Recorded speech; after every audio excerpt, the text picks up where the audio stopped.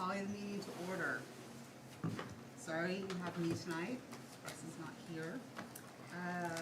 Everyone is here except for Russ. And we have flag salute. The Pledge of Allegiance to the flag of the United States of America and to the republic for which it stands, one nation, under God, indivisible, with liberty and justice for all. So if I do anything incorrectly, I'm sure Ed will let me know.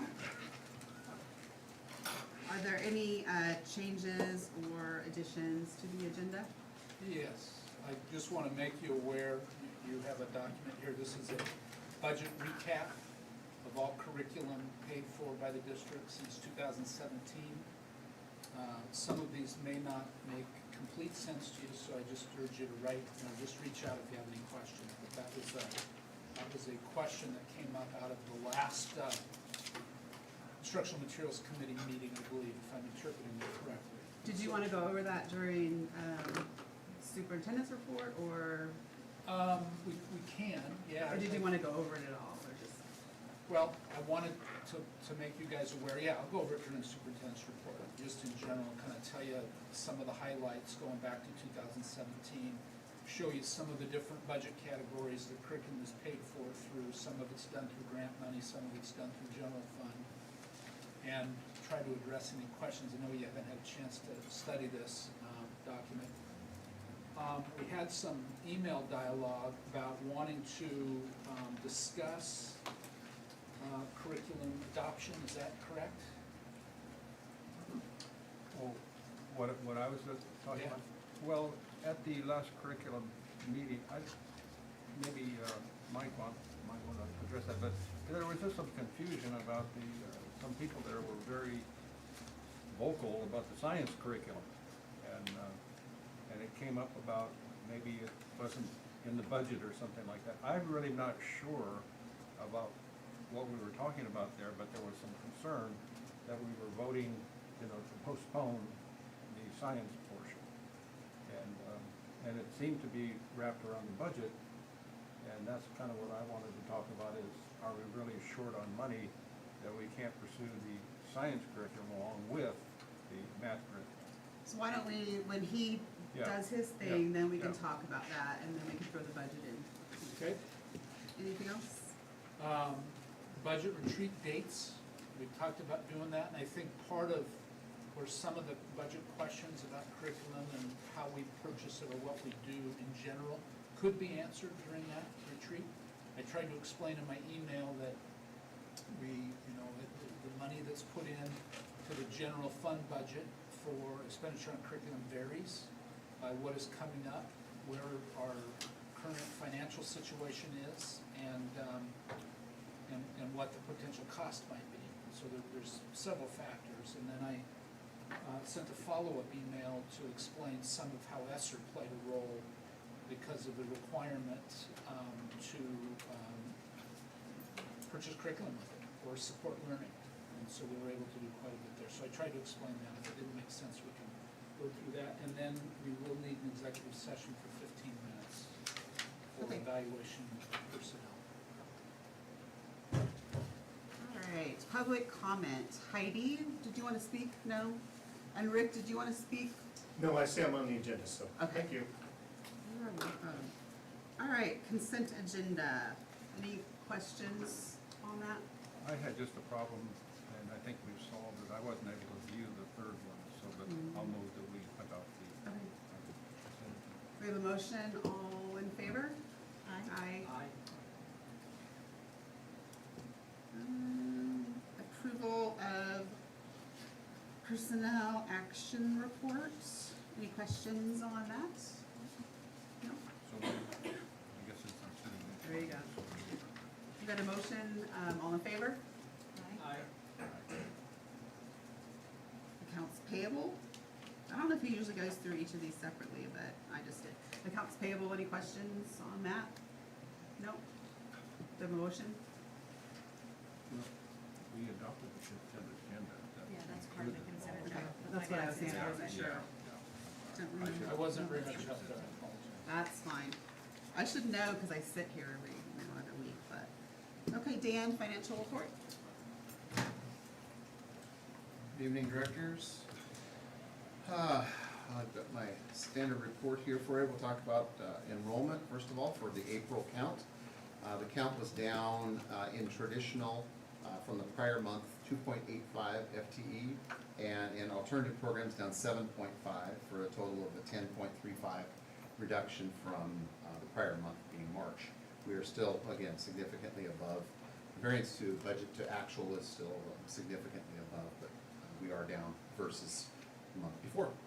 And then just some of the standard graphs that I provide to you each month as far as overall traditional enrollment, where we break it down by kindergarten, and again, our kindergartners continue to outpace prior years by a significant amount at 174.4. The closest would have been 161.6.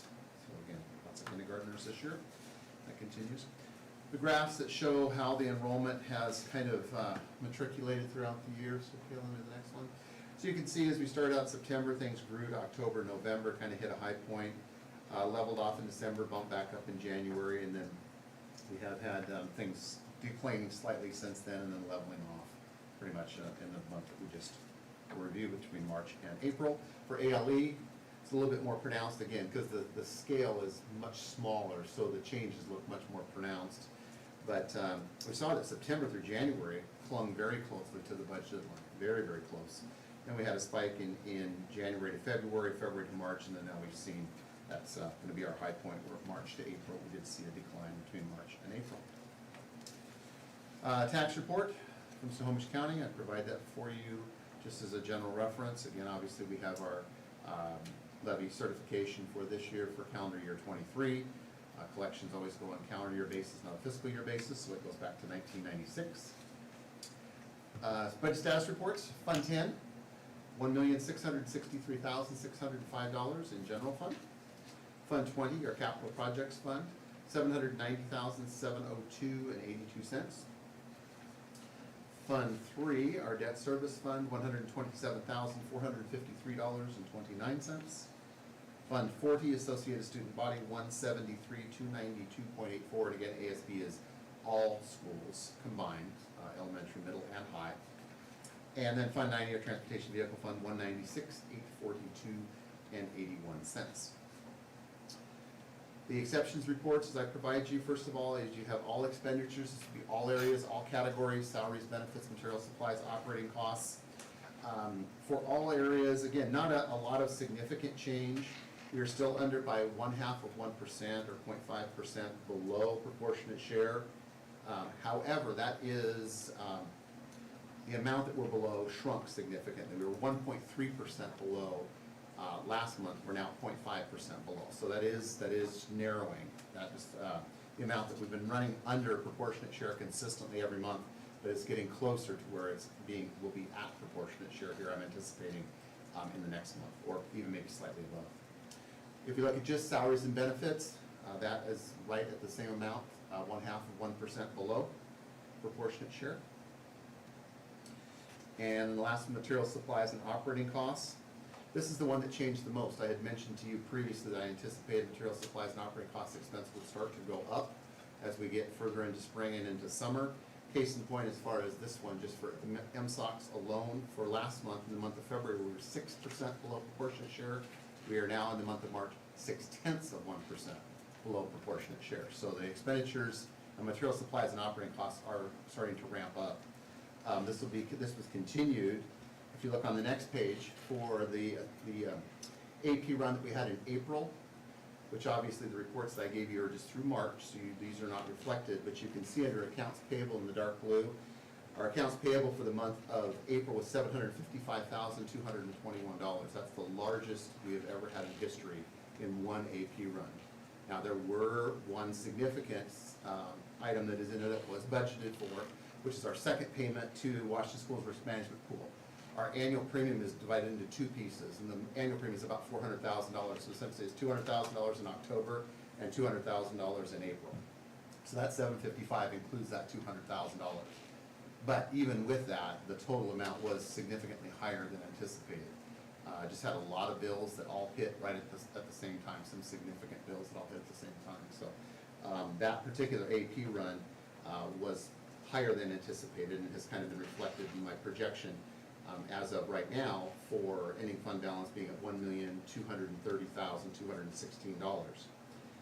However, not included in there, which I will put in next month, that is not reflected in that number, is about at least $200,000 I submitted today for initial reimbursement for the expenditures due to the storm damage up at Goldbar Elementary. So we have paid those invoices out.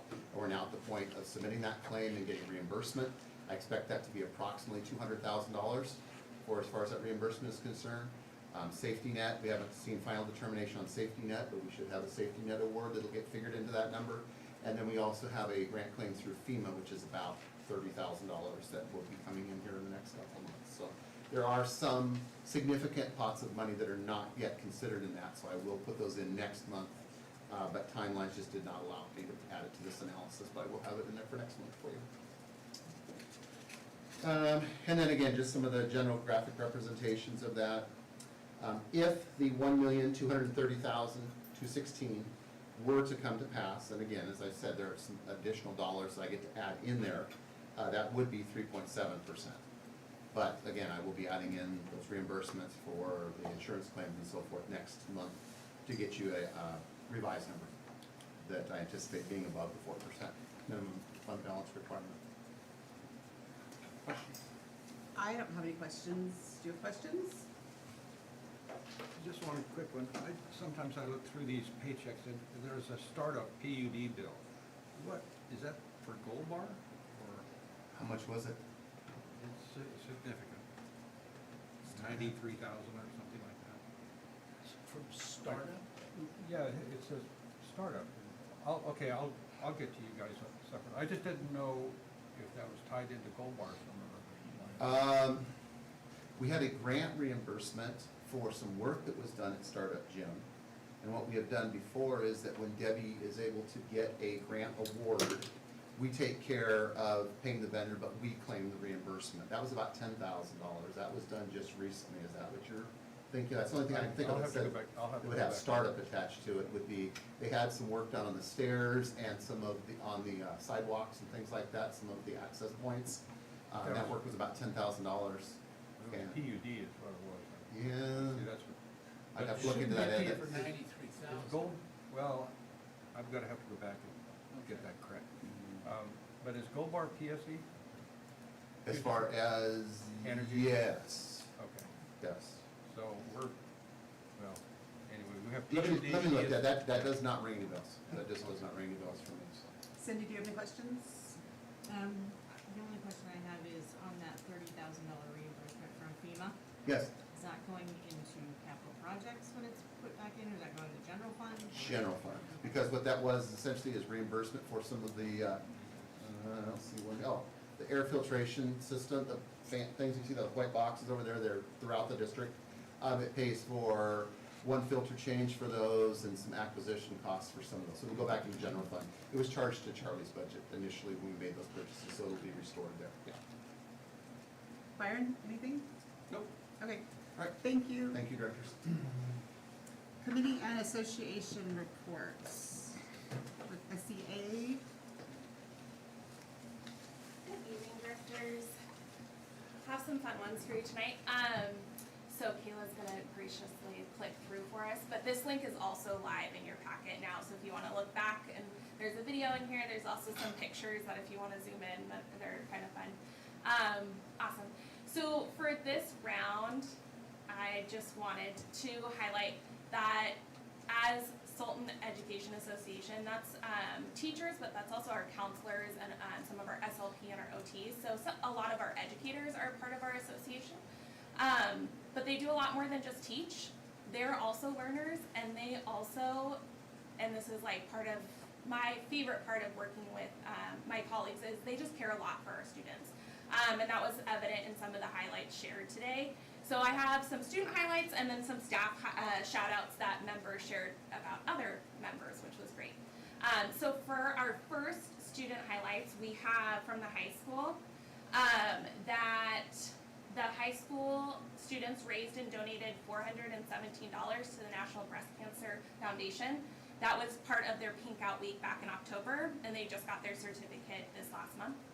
Then wanted to highlight, and you may have already seen this, our 2 students of the month from March was Skylar Penner and I thought it was Lucas. I think I did a typo. Dominguez. And Cut it off. yep, Yeah, I typed it wrong, and then the picture's cut off, but I'm pretty sure it was Lucas. Rudd. Yeah. Okay. It's Lucas. Okay, Yeah. thank you. And so I wanted to highlight them too, and like little special spot, soft spot for Skylar. She was one of my 6th grade students, so it's just really cool to see, like, being a part of this community, getting to see them grow up and be so successful. So she's a senior this year, and really awesome to see the great work she's doing. And I also wanted to highlight Katie Power. She does an amazing job at sharing what our students are doing and providing them opportunities for success. So I wanted to take a minute to highlight her too, as just everything that she does for our kiddos. At Gold Bar, this is another student highlight. This student is a 3rd grade student who created the flyer for their community day. So you likely have also seen this flyer. This was a student who created this in one of our programs called Canva. And I love that the teacher shared that it wasn't an easy thing, and the student persevered, which is one of the skills that we really work on with our kiddos. So just a fun, like, probably better than what we could have come up with. So great job to this kiddo. At the middle school, our AVID students did some college visits, and then when they got back, the AVID class worked on, they were supposed to take pictures around the campus, and they came back and also used Canva, actually. Promise it's not a plug. To bring back their learning and continue that conversation when they got into the classroom.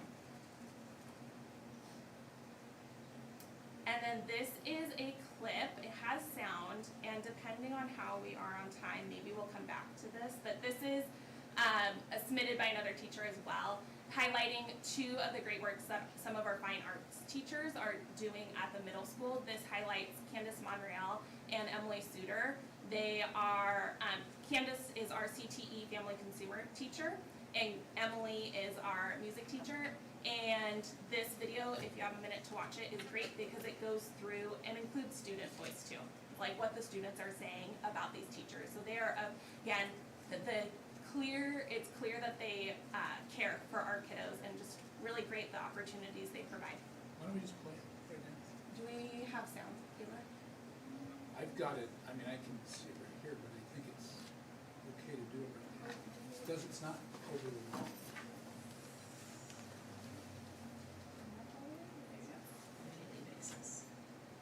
I am grateful to have Candace as one of my PLC.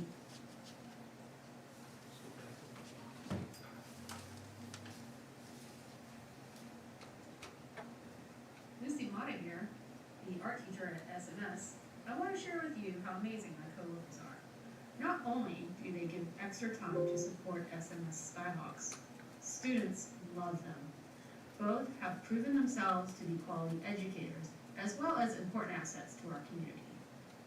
This is Candace Monreal's 2nd year at SMS.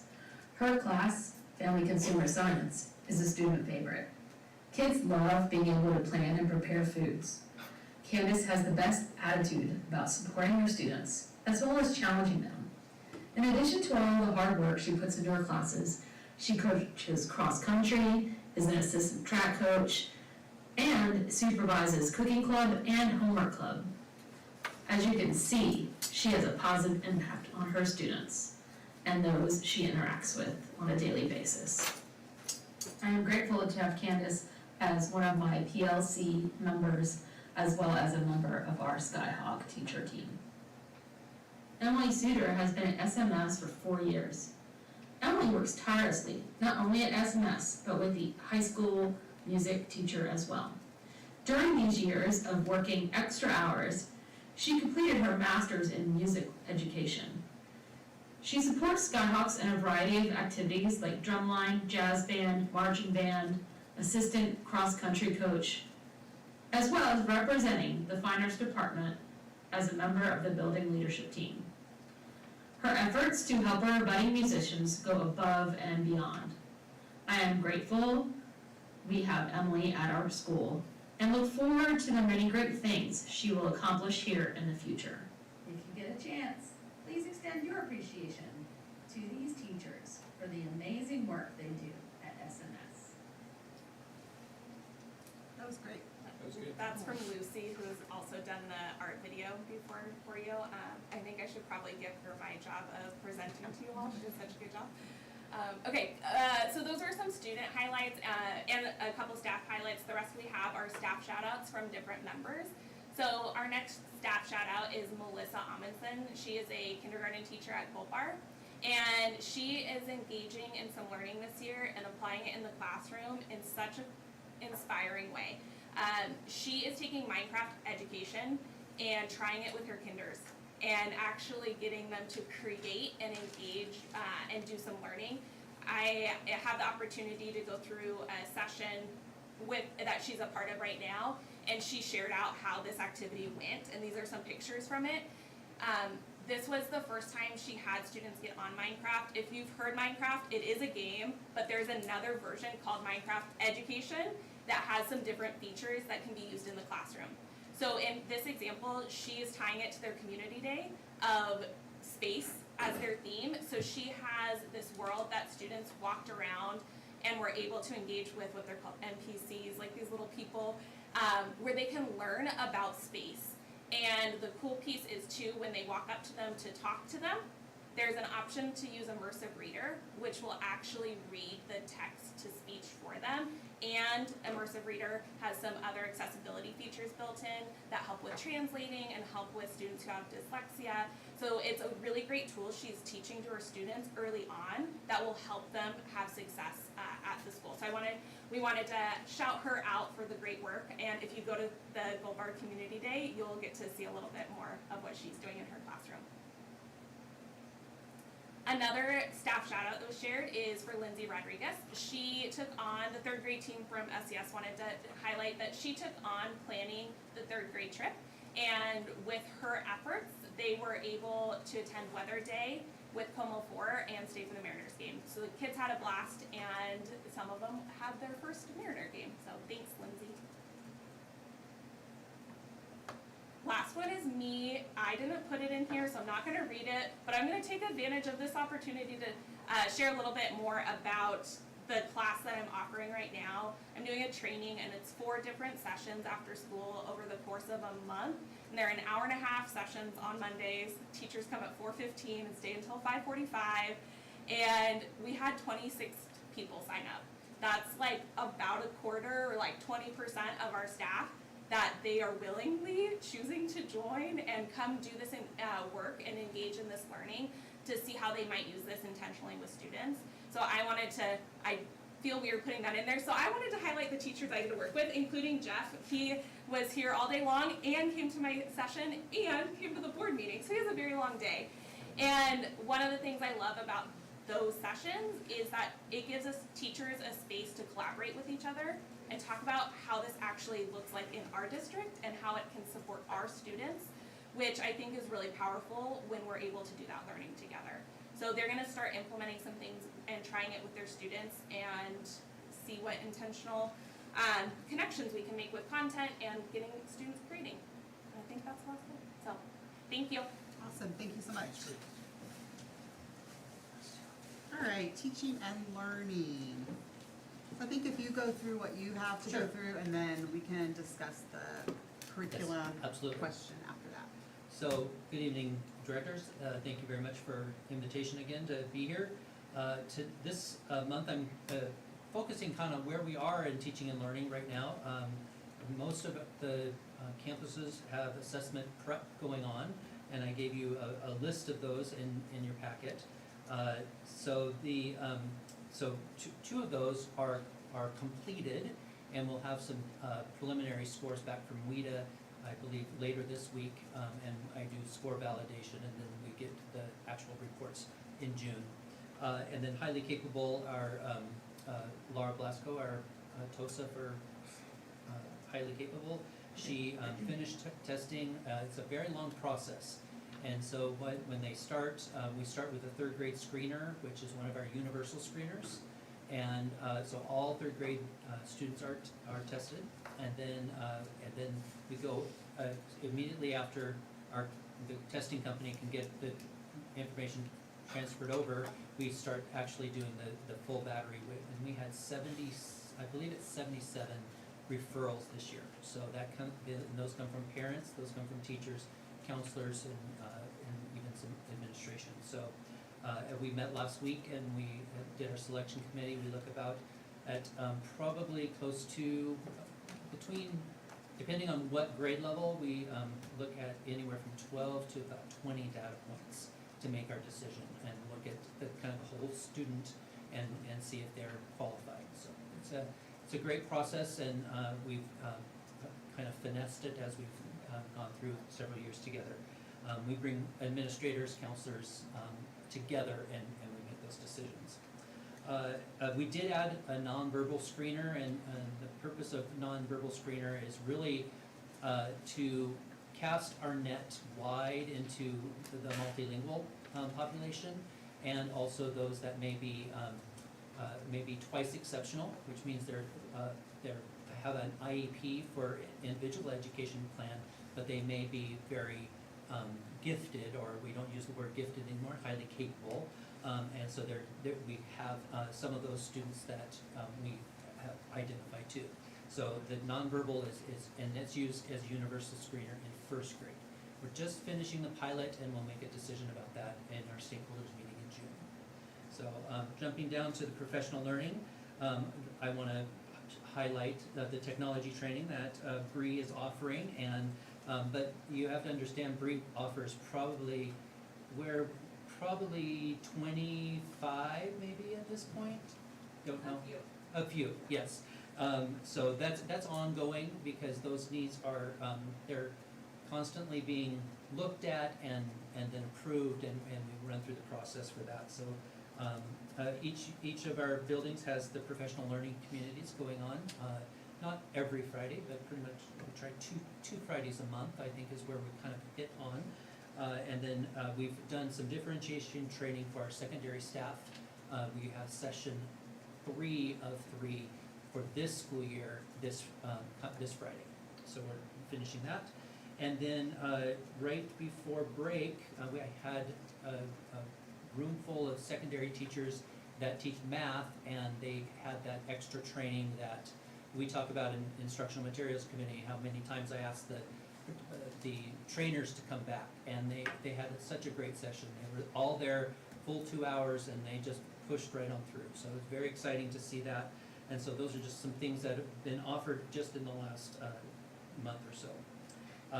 We are currently developing what our needs assessment, and then making plans for that August kind of lead up right into school, and then we'll try to work on some fall learning for our staff also. And then the other thing that we work on in teaching and learning is our ongoing work with publishers, and 2 of our board members are at IMC, and we know that all of those things come because there are people behind the scenes pushing in and trying to support. The great thing about the process that we have in instructional materials is that if there are ever any questions, we have all the committee write down, and then we phone the publishers and get the responses so we can bring them back. So any questions on this month's report? Byron, any questions? Nope. Cindy? No. Ed?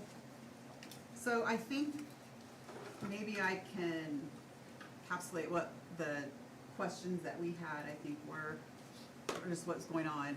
So, and if I say it incorrectly, let me know. So we were going to put science on hold until this other one comes on board, because there are some teachers that would really like to wait for that other one to see if it's as good or better than the ones we have looked at. So maybe put that on the shelf for just a little while, and then go forward with math. So I think the question was, is that more of a budgetary reason to put that on the shelf for a little while, or is it budgetary and the teachers might like it better? Is that kind of what you?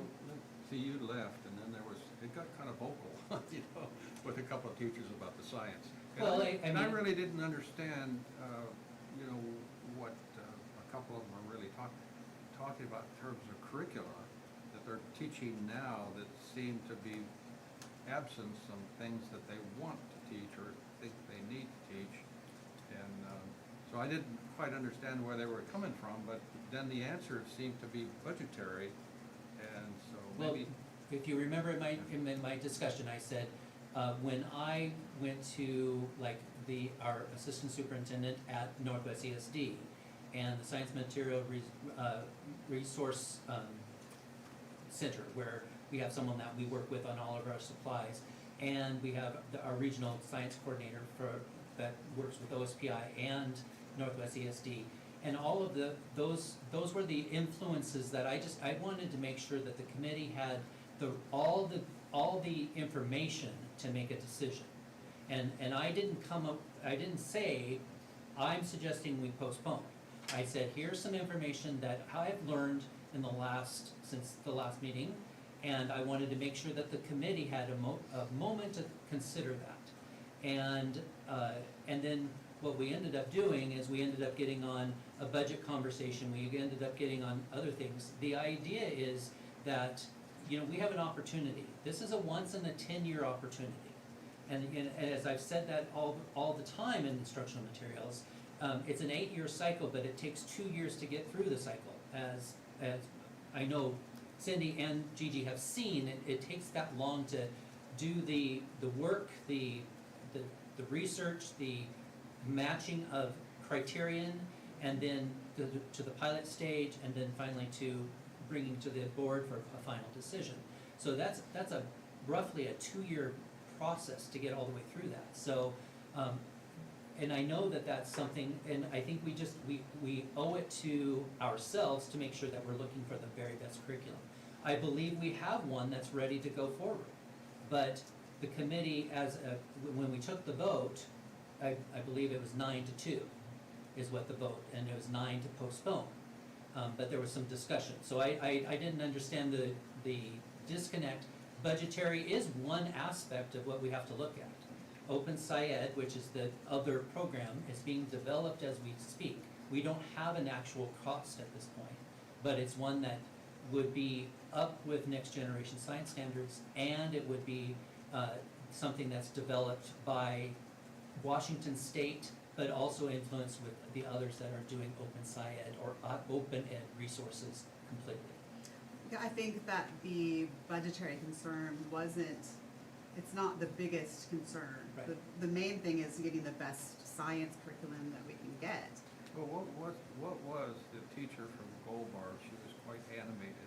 In an additional thing, actually there were 3 teachers there that were concerned about the science, postponing the science curriculum. And frankly, I didn't understand really where they were coming If I go from. back and review the minutes, I think what we saw was Lisa Heddle.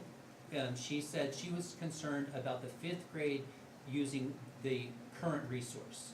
And I said, well, we would have to we would work with the principals to see what other resources we needed for that 5th grade science piece. Because they do departmentalization both in this building and at Goldbar.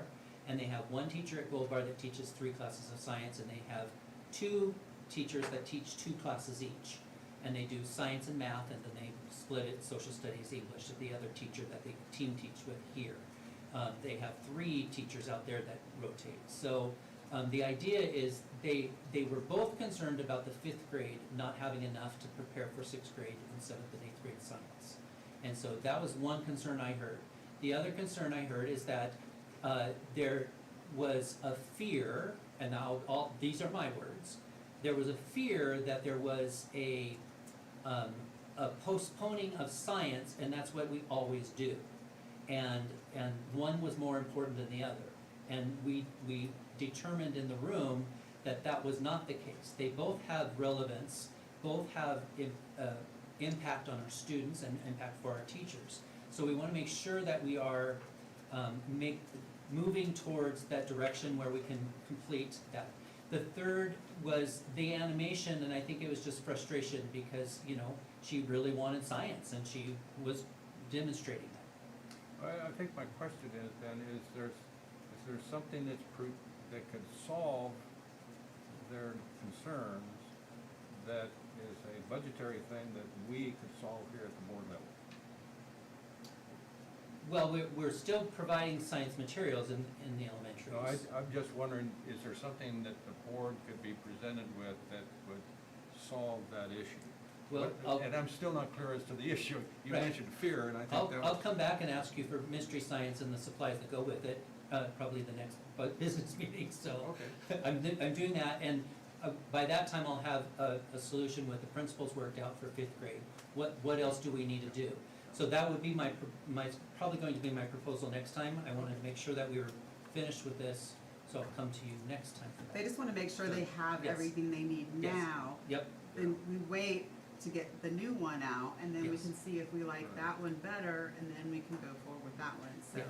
When is the target date for Open Ed Science? Or is that what it's So, called? Open Science, Open Science. the completion date is 2026, but they've started working on them, and they'll be building the lesson packs as we go through these next 24 months. But the idea is not to postpone. I believe there will be enough that we could probably get some of the early lessons. I think they post them as soon as they've been vetted and approved. And so I think we had people that pulled out their computers and started doing research right there in the meeting. So I think I feel comfortable with the decision we made. I think that, we had everyone said their piece, and I think that, it's a committee, and so we need every voice in the room, and I've said that many times.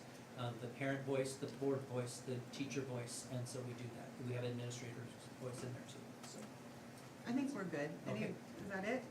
Okay, thank you very much. You're welcome. Thank you very much. Student Special Services update. Hi. Hi there. So good evening, directors. It's my pleasure to be here tonight, and thank you for the opportunity. I'm going to introduce our fabulous SLC teachers. Our first one, Lauren Murphy.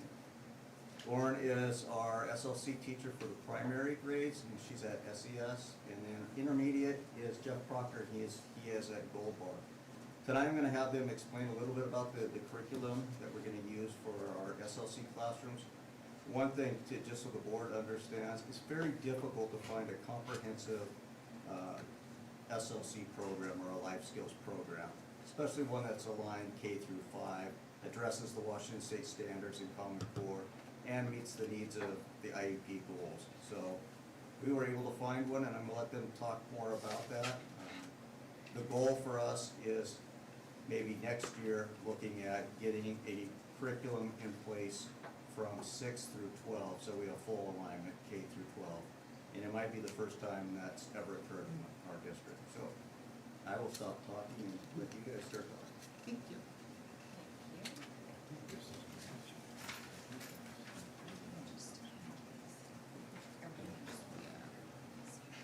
The brochures that were provided by the curriculum. Good evening, directors. So like Dr. Douglas said, I'm Lauren Murphy. I teach the K2 SLC class here at Sultan Elementary. And I've been with the district since 2020. And in my time here, I have done a good amount of digging through the internet looking for something for our SLC classes. And when I finally stumbled upon the ARIS curriculum, it appears to be the only thing of its kind. It's a really unique program, and it covers all the bases that we would need to provide a comprehensive program in our SLC classes. Our SLC classes are a really unique setting that serve students with a lot of specific academic, social emotional, behavioral, language, and motor needs. And this curriculum would help us address all of those things. There's a behavioral component, there is a language component, there is a motor component, and it also addresses foundational academic skills as well as pre-learning behaviors. So it's all those target areas that we hit in our SLC classes, and it's all of the areas that we write IEP goals for. So this one kit would provide us with all of the materials, all of the lessons that we would need to be able to reach our neediest students. opportunity to meet with a representative from the company, and she gave us a walkthrough of the kits and the curriculum, and then she did send us some sample materials that we had a chance to look over, and we've compared notes a little bit, and we're beyond impressed with what they have to offer. Yeah, so this is my first year in the district. I've been a special ed teacher for about 20 years in various different capacities. And in my 20 years, I've always been looking for this curriculum that involves everything.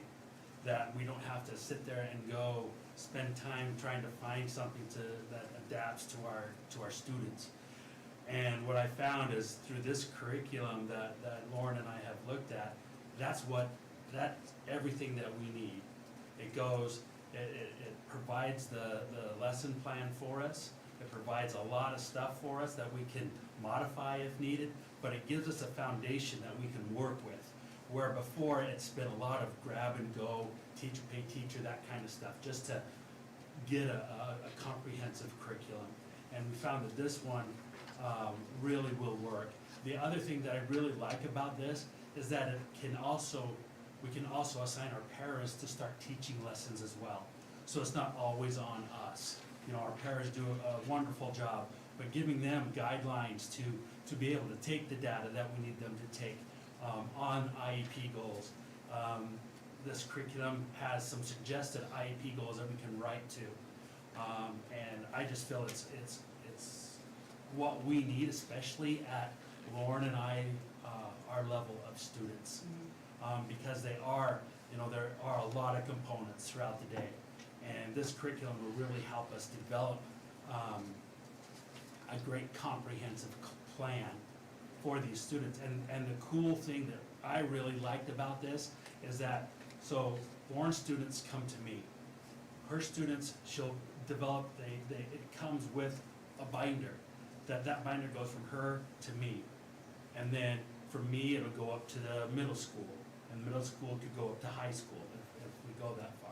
But it's comprehensive. I have to admit, when I first took over the job at Gold Bar, there was a lot of information from Lauren, which was great, and I was able to follow it, but to be more specific would have helped a little bit better. Not just from, she did a great job with the previous teacher that I took over for, just precise information. That's what we need to be able to start day one serving these students. Yeah, this will kind of sync up our classes and programs, the data and the learning that they accomplish in their time with me. We'll just transition right over to Gold Bar Elementary. It'll make a seamless transition and will really maximize our teaching time and the learning time of our students. The program also has a parent communication component to it, so we'll be able to, in a structured and consistent way, communicate to families exactly what skills have been learned and mastered and what things they can practice and reinforce at home, and it'll go home consistently in the same format. So families will know what's really happening in the classroom and what skills their children are achieving. I think Jeff did a good job of filling in any gaps. I think one other really cool thing about this is that it's assessment driven. Like, we do a first assessment in the middle of the day or the start of the school year, and then it says, okay, if this child doesn't know this is where you start. If they do know this is the next step. And so it really kind of can guide us in this assessment process to make sure that we're not just drilling and killing a student on their name. I watched the presentation that was emailed, and it seemed just very comprehensive. Like, everything that you need is just right there. Yet there won't be any need for any supplemental curriculum or materials, or like, we have this kit, but we also need XYZ. It all comes in the one package. You've got your lesson plans, your IEP goals, your data collection sheets, your flashcards, your manipulatives, everything to carry out the entire program comes day one in the box, and it covers all those 7 key areas. So you really have the whole thing in one piece, which is I thought it looked pretty great. impressive. Yeah. Yeah, And I I don't have not have any found questions. anything else that comes close to comparing, so I was, yeah. Cindy, do you have questions? So Or did you want to, go ahead. Well, one other quick thing is that with our related services, our occupational therapists, our physical therapists, our speech language pathologists, that's a component of this as well, as we can start more of a collaborative process with them of, working on the same type of goals as they are. Right. We do that already, but this is a little more specific. Make things go a little easier for you, Yeah. I think. Yeah, and the way that we would be able to have our paraeducators help implement the curriculum would just increase the amount of teaching and learning time that we can do in our classrooms because of the nature of the way our students learn and the fact that most of them need to be taught in a one-on-one setting. So by having everybody in the classroom be able to deliver the same instruction in a really consistent way, you're just increasing the amount of lesson time that you can hit a lot more kids with in the course of the day. Cindy, questions? Byron, do you have any questions? Ed? Is this an action item, Paul? Yes. Yes, Okay. it is. Any And- questions? Well, what's the act, what? It's trying to asking read- for $9,900 That's for to what? purchase this. It's, the ask is for the 9,000 and whatever, 990. Yeah. And that's to purchase the materials itself. That's for 2 classrooms. There is training that they can have, that we hope to have, and that is 2,000 for the training, but it's virtual, in which all the paras and the teachers can work together and come to that and do exactly what Lauren and Jeff were talking about. The money itself comes from excess dollars. I listed there under IDEA 619 and 611 is the other. And that's an enhancement that we received from the state, so it's no additional dollars. It's just coming out of the access that we have. And we have to use that by August, so no better way to use it than provide a K-5 aligned curriculum. It looks like you did a lot for that. Yeah, I mean, it's like almost a no-brainer as far as I can tell. So then make a motion. Well, I just want to get, now, next year, are we gonna have to purchase again something, or? No. I mean, this is an Is there awful good deal. consumables I mean, with this it? is almost like a good car at a used car lot. You guys have Anyway, any I'll, consumables, do you? No, I don't believe so. I think Yeah. just, making photocopies of data sheets and things like that, but otherwise it's manipulatives, it's flashcards, it's not Right. things that they're gonna be using out, yeah. so you want a motion to approve $9,990? $990. Is that what the motion is for? Yes. For implementing, Eris. Is it Eris? yeah, would be for purchase of Eris materials, right? So whatever I said, I so move. So the motion is for To purchase $9,990 approximately to purchase the Eris materials. We have a motion. All in favor? Aye. Aye. No one's opposed? All right. You got it. Thank you so much. Thank you. Thanks again.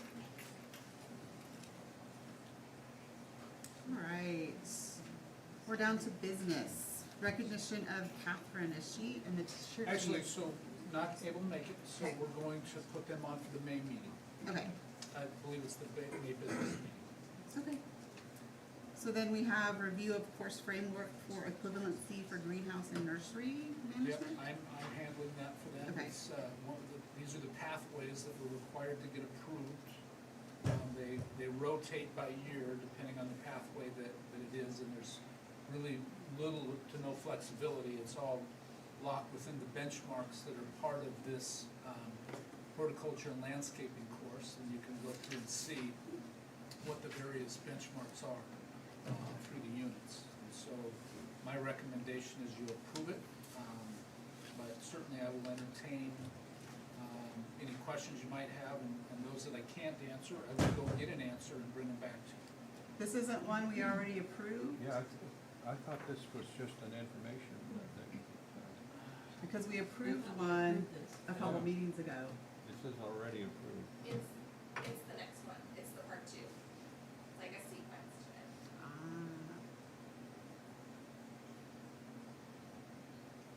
At least someone knows what's going on. I believe. Now I see what's. What are we talking about, part 2? What is that? Unit 2? unit one, there's unit two.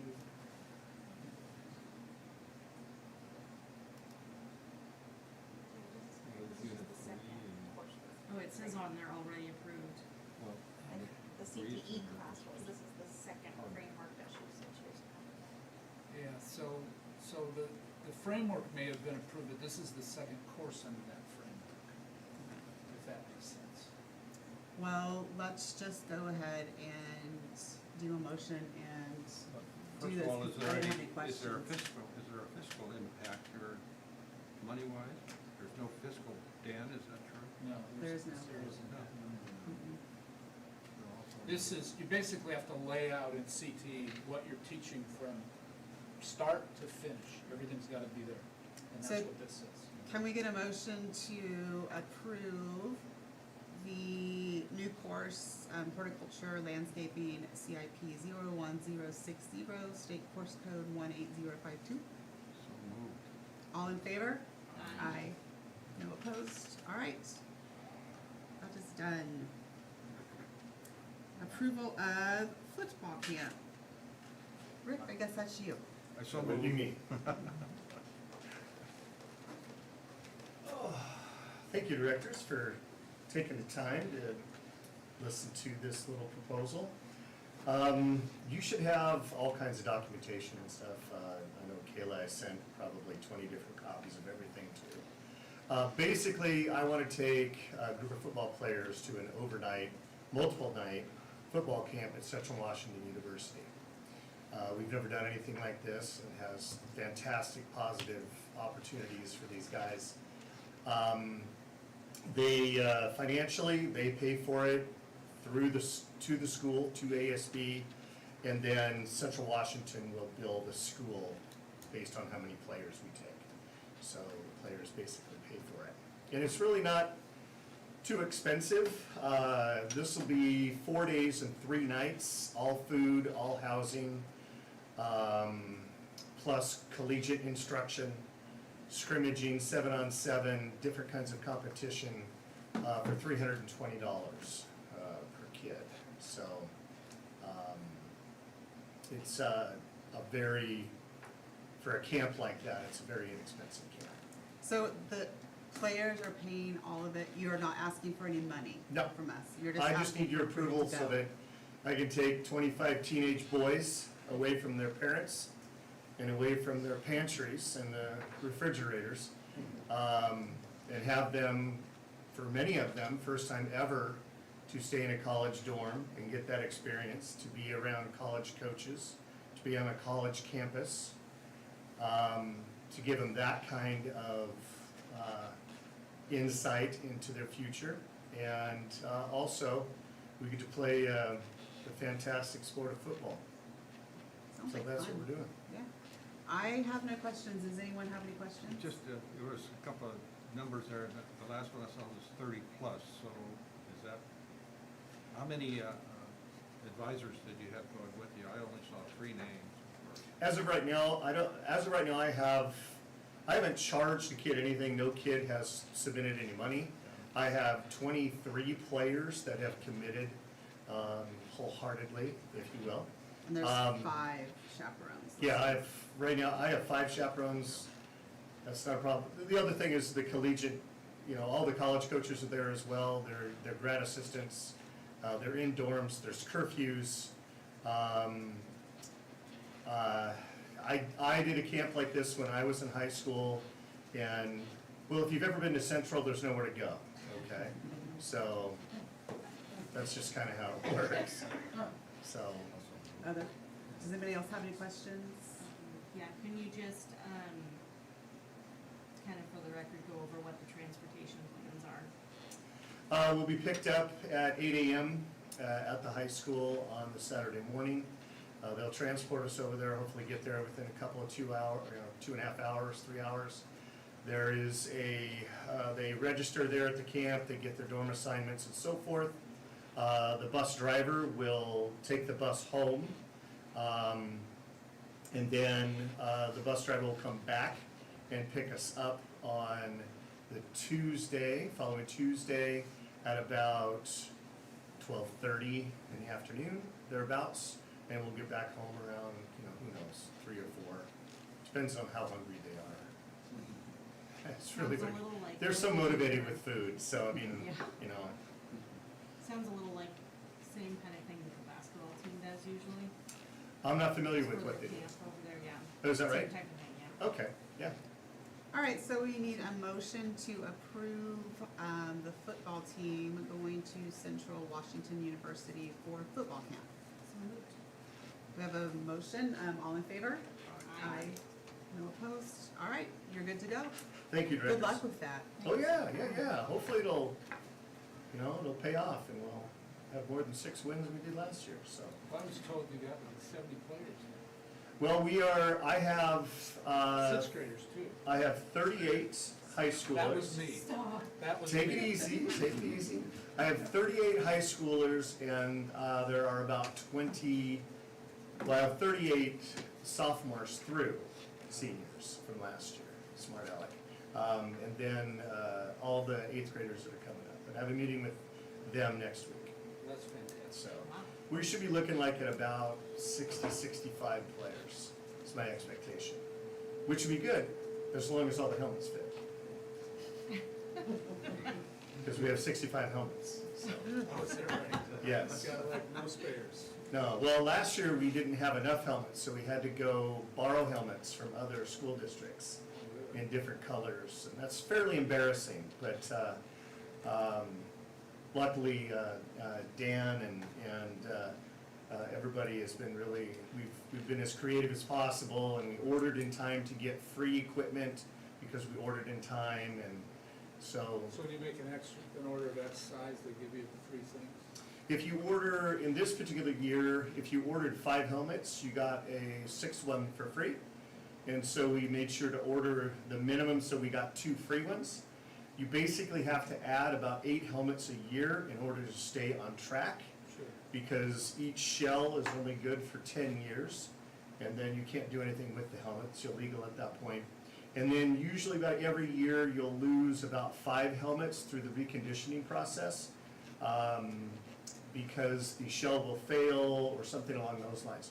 So if you stay at about 8 new ones each year at a school this size, that keeps the inventory about what you need. And I've got our helmet guy, I'm basing our numbers on 55 to 60 players, but helmets are 4 sizes and they're not a one-size-fit-all, so I cannot put 2XL on Logan LaRue. He would fit inside it, and so I can't do those. Just a question, Rick. Yes. Help me understand. I watched the Husky spring game a little bit. Tape. And we were down there, yes. You were there. Yes. So they have that protective outer.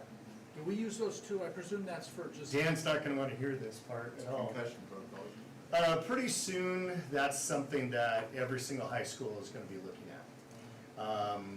I don't know the cost per shell, but the NFL is going to get 100% of those. And Not soon, during games, but practice. just practice. And it's also something that does, not only does it mitigate head injuries, but it cuts down on the wear and tear of the shell of the helmet, the paint of the helmet, the decals. Sure. Our decals for our helmets are almost $800 a year. For the whole batch of them. The whole batch of them, because every time you send your helmets in to get reconditioned, they strip them. And so you can't pull those off and reuse them. So if you can make them last longer throughout the season, obviously that's gonna be better. And so those protective, I call them eggheads, but, or shower caps, but they do a pretty decent job. I actually today sent out for an estimate for 60, just to see what that would look like. But they do definitely increase the safety aspect. This big. Yeah, they're hard to get used to, but if you get them in the same color as your helmet, they don't look quite as odd. Right. But yeah, because they're pleated, it looks like you're wearing grandma's Is that quilt. air in those, or what is it? No, it's just a soft pad. And they don't buckle on or anything, they slip on. Sure. So they're kind of form-fitting, and I believe they're one size fit all, so you don't have to get all these different sizes. And you just reuse them every single year, and they're very, very durable. Yeah, But just one of the many concussion protection Yes. things in town. yes, yeah. everything to try to save the brains. Yeah. All right, thank you very much. Thank you, guys. PLCs. So I don't know if you guys remember this book, it's been a while since we talked about it, and I, at the time, I copied you the board, copy of the chapter, and as time went on, talked about the availability of potentially us joining cohort 3, which would involve training for the board, that's part of this fee, so that we could have a structure that connected the board room to the classroom, and vice versa. So, this is what that is. And I do recognize we haven't talked about it in a while, but in trying to get geared up for next year in our professional development focus, PLCs are something we are currently doing, it's something we've done for a few years, but we're trying to really put a focus on those, and a focus on some real common things happening in each of the schools around math, around language arts, and this, the PLC is a professional learning community where teachers work together to develop those goals and go over assessment data, and year 1 of this process is training for a lot of the leadership on this. Year 2 starts to involve more teachers, and year 3 you bring the district to a whole, and so that's what this is about. And so my focus on this, and working with Paul, and working with Mike, and working with everybody is, as we came back and looking at what we need to focus on, I know there's been a lot of talk about, math not being very strong. Well, I'll tell you, it's gonna be a lot stronger this year. But this is a way where we would refocus some of our PD to professional development to be utilized more through the professional learning community, and this model through the solution tree versus having people go different directions and try to organize it better than that. So it wouldn't be much of a significant increase in cost, as we would redirect the money that we're spending on PD towards this focus.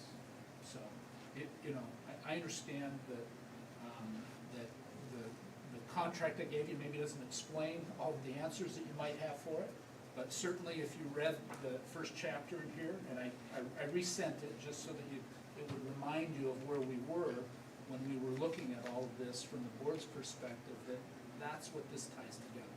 That is this book. And working with all of the people that have significant expertise in this area will be good for our staff, it will be good for the school board, it will be good for our leadership team, and ultimately be good for our students. I read the chapter that you sent a long time ago when you sent it. My comments would be, I like that it's gonna get everybody on the same page. It's just like running a business, you all need to have the same goals and you need to be on the same page, and you can accomplish a lot more than you would if you're off doing all kind of your own stuff. So I have no issues with this. Cindy, do you have any questions or comments? No, I was on board when we were talking about it previous. Byron, do you have any comments or questions? Ed, do you have any comments or questions? Yes, of course. That's why I saved you for last. Right. Well, I just am a little reluctant in that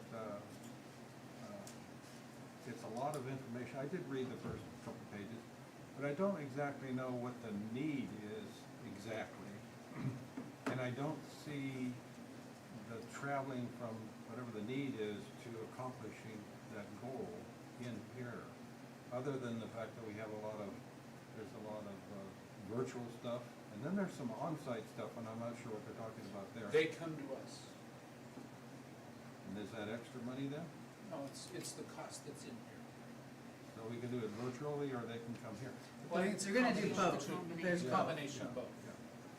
And then I don't understand why we have to go to Indiana for this. It's just hard to believe that Washington State doesn't have any people here that can give us this kind of training.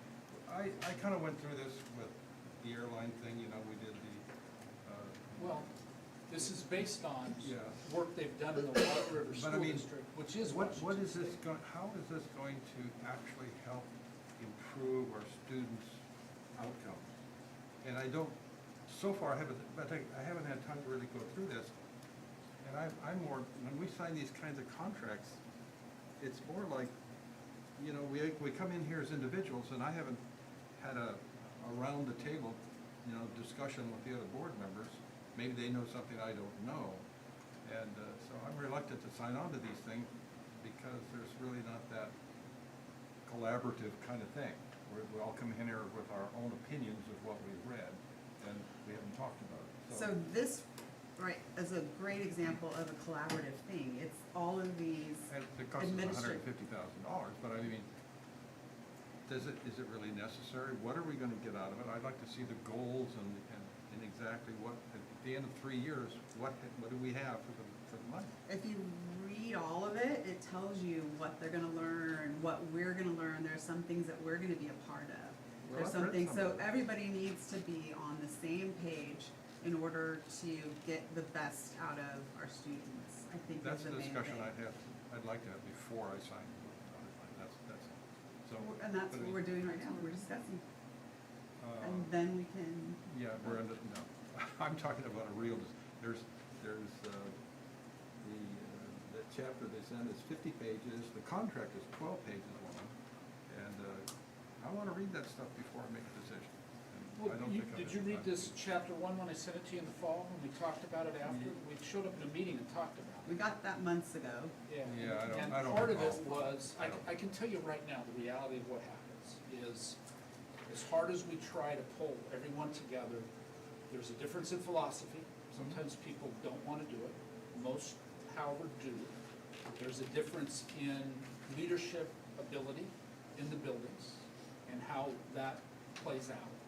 There's a capacity issue between me, Mike, and Paul, being able to say we're experts in all this, because frankly, we're not.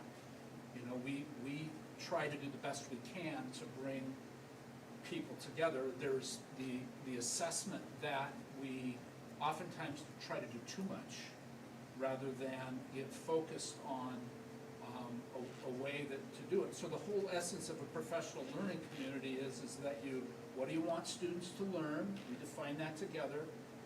How do you measure what they did? What do you do if they don't learn it? What do you do if they have? You know, and how do you say it's around those 4 questions? But, and of course, I've been here long enough we've had these things where we've spent money in professional development, sent people everywhere, so all of these things that have gone on year after year, but I don't see any tangible results of all of the stuff we spent money on. And the other thing is, of course, we had this recent levy in which we told the people, you know, that we need more money from them to run this thing, and I'm not so sure this is part of that. Well, this isn't paid for just exclusively out of levy money. Well, Some of this we is. passed the levy because we didn't, but it's just an issue. It's kind of like when we came up to that professional learning that we didn't go to, that we didn't send the teachers to Hawaii even though it was cheaper, because it was an issue that was not going to look right. Sure. Okay. So that's kind of what I'm looking at there. I mean, we're sending, And I don't know how we've survived this many years in education and not done this. Why isn't we have to do it now? I'm sure they've done things that are maybe similar to this. And then what professional money, development money, are we going to redirect? Who's losing out? And are they losing out something that this actually is going to be a better deal for the school in total? He said they're already doing some professional development, Yes. and that money that they were using for that is gonna now go to this. Right. And it's just like, if you think of it, teachers need training on how to best do their jobs. Administrators also need that. School board members can use that. It gets us all on the same page. So what professional development are they not going to get because we're paying for this? well, we don't go to Avid every year. We put significant money towards traveling to Avid. Okay, so that would be somewhere, depending on who's going. We already don't send the elementary anymore, even though they support it. We don't send them out of district or out of state. Middle school and high school are going, and they both have teams, and there's this pretty big cost to that, okay? The thing that I would say is that with professional development, if we go spend $10,000, it doesn't automatically mean that this number will spit out on the test. It means that we get better, we work together more, and have common goals. And if we can accomplish those things, with the board as part of that, we can accomplish a lot. So we need these people from Indiana to come out here and teach us how to do that. It doesn't matter really where Well, they're from. and I don't know how, Indiana maybe is where Solution Tree is, but I can tell you Janelle Keating, who's one of the authors of this book, right here in Washington State, superintendent of the White River School District last year, okay? We've had several groups go down and visit that school. If you have doubts about PD, I know that, we've talked, I've known you for a while.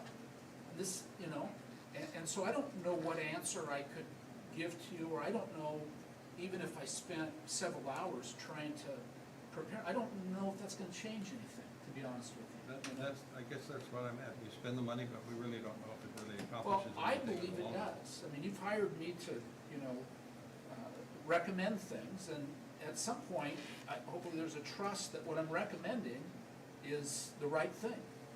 And if there's not, then there's always accountability for that. Our job is to hire Dan and trust him to Do make the these research. decisions and do what needs to be done. And I don't have any questions or any problems with this.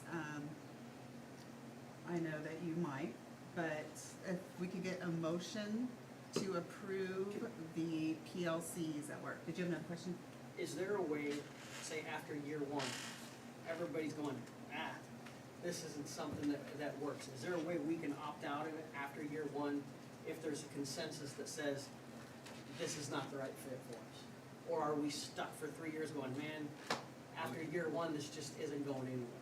Is there a way that can happen? It's a program 1, 2, 3. Year one is pretty much the leadership group, so you probably wouldn't hear from, if some teachers didn't like it or whatever, that's probably not what you would get to.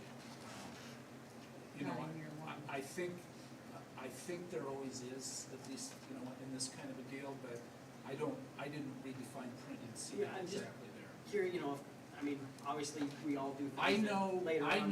that when Monroe went through their difficulties with superintendent, they opted out and they got out. Okay? So there is a way out if They got out, and now that they've got a new super coming in, they're right back in. So we can say also that at the end of the first year, we need to have a sit down and go over everything that was learned and see where we're at and make sure that whoever is doing the program is actually doing the program and we're getting our money's worth. And then if we don't And there see should that. be regular reports to the board at study sessions or whatnot, what is happening. So if And we I- could put in there, after the first year, we want some accountability and wanna know what was learned and I've spent a what's lot of getting time put in with Mike and practice. Paul, let me just ask if they have anything they want to add.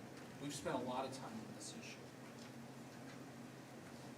The thing that I would add to it, having worked with PLCs for a number of years, is it not only gets everybody on board, but it gets us looking at data. And data is what drives our education and how we provide support for our students. If we don't have that data, we can't identify where the gaps are and how to close those gaps.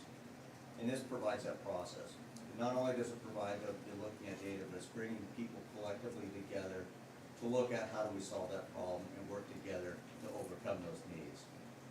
White River School District, I know Janelle Keating personally, as well as Hagedorn in there, they're both from Washington.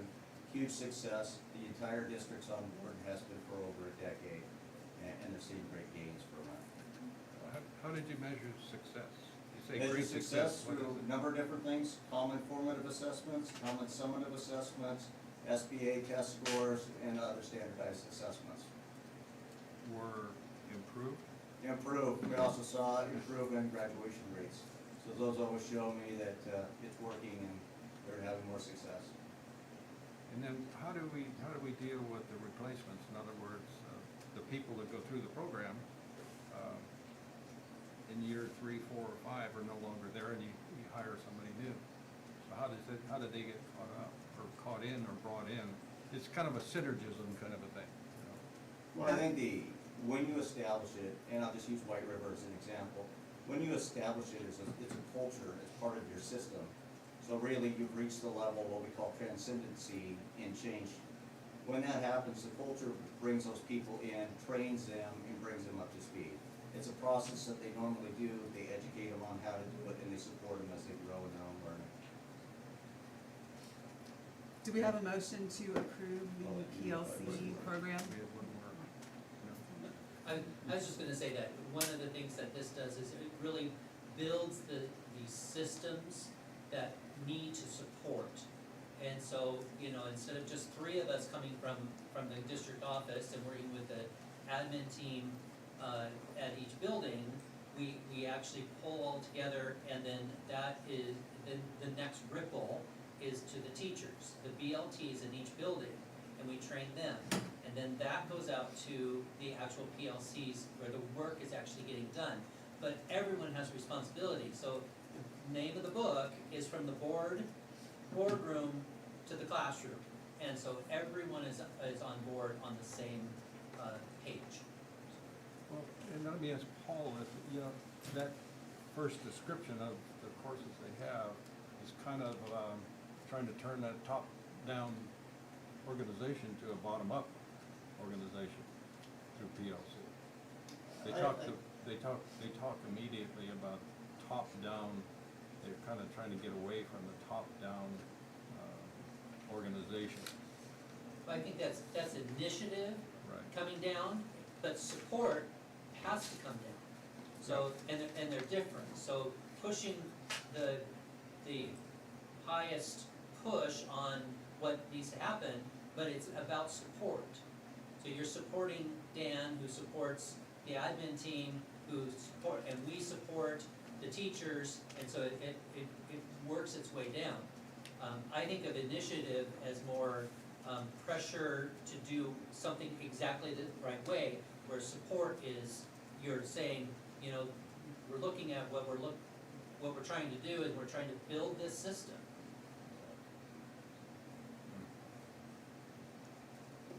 More of an encouragement to be part of the solution and be part of the team. Exactly. All right, I think that sometimes, Ed, you might feel a little more comfortable with it if you didn't come to the table with something like this and go, I haven't read it, so I don't wanna vote for it, but the expectation is that you have read it and understand it when you get here.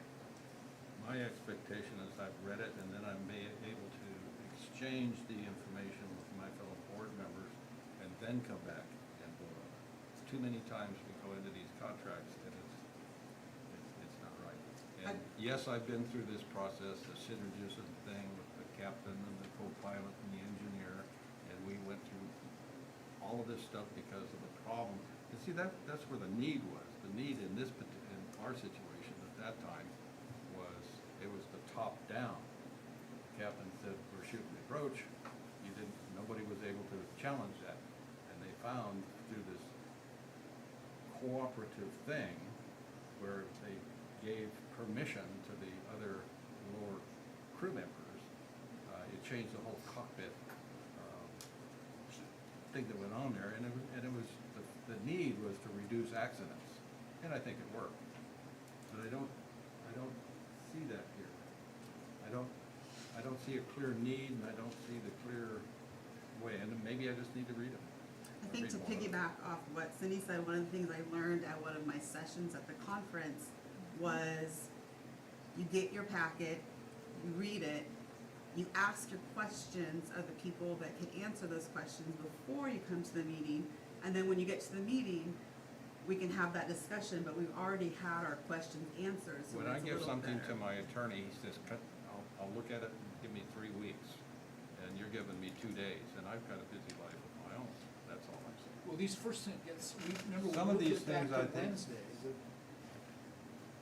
Wednesday at 6 p.m. Well, that's Wednesday before the Monday meeting, we moved it back 2 days, but Yeah. again, I understand the complicated nature of having 5 citizens serve on the board. I just don't know what we can do differently, to be Well, honest with you. in things like this, I think it should take 2 meetings. In other words, there should be some discussion and go home and think about it again. So but anyway. let's But talk anyway. about that later, because that's something separate, but I can't say that I disagree with you. I think that there are things that we should discuss and then come back the next one to vote for. This one right now, we're gonna vote on this now if I have a motion for it. I'll make a motion to pass. Thank you. All in favor? Aye. Opposed? Abstain or opposed? I abstain. Abstain? Abstain also. So with a 2 and 2, then it does not pass, but I request that it gets put on the next agenda for our next meeting, and we will vote on it then, Great. again.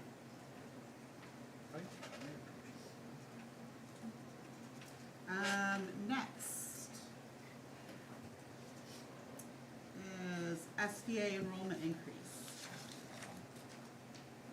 So this was something that was an oversight from the last meeting, wasn't part of what was on our agenda to talk about. We set a regular enrollment that was plus 67 basic ed students since we've hired an assistant principal at Sultan High School, and we have, what did we do? We moved Jason Van Zant to partial ALE principal, partial dean of students. There is more capacity to take kids. If you look at the enrollment report Dan submitted tonight, I think we had 45 total FTE for the entire group of ALE kids. 15 of those were SVO, and the other 30 were SVA. We're currently at 35 students for SVA because of taking additional kids for unique experiences. And the other part of this was that we've turned probably 20 away, at least. You know, not sure where they've landed, but there's capacity to take more. And so I'm simply saying, recommending that we put that on the upfront, because we will take more kids than we have, and we turn them away every month from signing up for that program.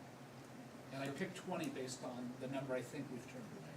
And just for the people who are listening at home, can you tell us why we're turning people away?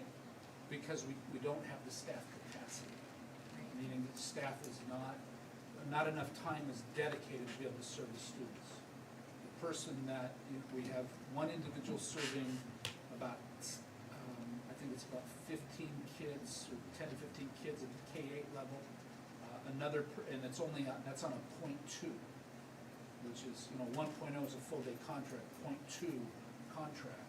And then the other individual as part of their current duties as working as the interim assistant principal and SVO, they're sharing it there. So there's capacity to enroll more kids. So to enroll more kids, then is it more staff for that, or just the same staff, but they're just We've moving around? already cleared up the staffing model through hiring an assistant principal at the high school and having Mr. Van Zant, who is right now the interim assistant principal, go back to his previous role, which would allow more greater service time to students. I don't have any questions or comments. Ed? So what's the fiscal impact on this? It says overall revenue, but once we increase capacity and staffing, and I presume. Staffing's done for this. So We don't need to hire So any it's more already in staff. the budget? I mean, They've kind There of will done be- the little just turtle move shell. people around? There will be one ad, like I said, there, again, alluded to, where we previously had Ms. McGuire's-Keith and Mr. Van Zant. You will now have a third person in the mix up at the high school, an assistant principal. and Already Mr. accounted Van- for all that. What's that? We've already discussed all of it. I'm just trying to answer your question. Yeah, I just wanna know, room, desks, space, and staff. This is a virtual academy, Right. so there isn't any of that kind of equipment. This is through Spokane School District creates the courses for this program. We have a fee to use their coursework and their teachers. But I thought we had computers and a desk here to do the virtual. We do, but most of the kids don't come into the physical space here, Okay. if that makes sense. So we have enough staff, we have everything we need to do this many students. We're only doing this many, so we just need to say, yeah, go ahead and do that many students. Right? The only cost there, it's just a servicing cost that you pay per student to Yeah. Spokane So, I for mean, the curriculum. we've got the room, the computers, and the staff. We're fine. Yep. Okay. So I guess to capitalize on what Dan just said, if, rather than order 10 slots, if we ordered 20, we would pay for those 10 slots. So this program still does not, provided all this works out the way I think it will. Currently, right now, we're only supplementing the program by $13,000, which isn't very adding 20 more students, or 25, I guess it is, because we already have 5 there, it would generate more revenue than the fees for the courses, if that makes sense. Byron, did you have any questions? Nope. If no one else has any more questions, then I'll ask for a motion to approve increasing the cap for the SBA I'll make a Up to motion to 55. increase the, 55. 55. yeah, to increase the student program from 25 to 55 for the SBA. We have a motion, all in favor? Aye. Opposed? All right, From 30 to 55. yes. It says So it says- 55 on It here. says 25 to 55 on here. Okay, well, that's. Is that what you want? Yeah, it's an overall increase of 25. Currently, there's already 5 more. By 25, yeah. So we're increasing so- by 25. Well, you're good for 55 now. Yes. All right, Dan, LGO timeline. We'll make this one quick. Been in touch with Mr. McNeil. Things are moving forward on the 2.75 million proposed LGO that we spoke about at the last meeting. We'll have notices going in the Everett Herald. We published on May the 5th and May the 12th, which are both Fridays. The meeting in which the documents, Mr. McNeil will have the bond purchase agreement and the board resolution will be included, will have to us by the 17th of May and will be included in the board packet. It'll be mailed out on the 17th of May for the meeting on the 22nd. And at the 22nd is when the resolution will be, and the bond purchase agreement will be put before you for approval. Mr. McNeil will be joining via Zoom, so if you do have questions, he can answer questions directly at that meeting. But you will have all the information in your packet you'll receive on the 17th, and the LGO is proposed to close on the 15th of June. So that is the time frame right now. Scheduled the notices in the paper today for the 5th and the 12th, so it's already been submitted and it will publish on those 2 days. And that meets our noticing requirements. What's the interest rate? 3.8. Yeah, What is it? 3.8. 3.8. Better than it was. Still under 4. Yep. Can I ask a separate question, Dan, just on timber revenue? Mhm. The Supreme Court apparently just ruled against the environmentalists in Granite Falls, and so now they have permission to log a bunch of small areas. Are you aware of that, and does that impact us in our timber? I had not heard that, no. Yeah. I don't, Ninth Circuit ruled in our favor, basically. I don't know if that's a DNR thing or what it Well, is. yeah. It is? Yeah. Okay. Yeah. Yeah, if you get some info on that, I'd like to. Okay, I had not heard that, but I can put some feelers out and see what I can find out. But yeah, long story short, the LGO is moving forward. Okay. Any other questions, comments? Thank you. The next one's me. I'll be quick. Session is over. I have a call tomorrow, I think at 5 o'clock, and WASDA will give as much info as they can give as to what passed, what didn't. And then they'll have a final wrap-up that they're gonna send out on the 28th that'll be nice and easy to read. I know that as of last Thursday, it was kind of going back and forth with, they called it messy. So maybe extra money for special ed, but then not as much for transportation. So we'll have to see how it ended up. I don't have any final stuff as of now, but tomorrow I do have a call and then I'll email everybody with whatever I said. And then the Region 1 meeting was last week.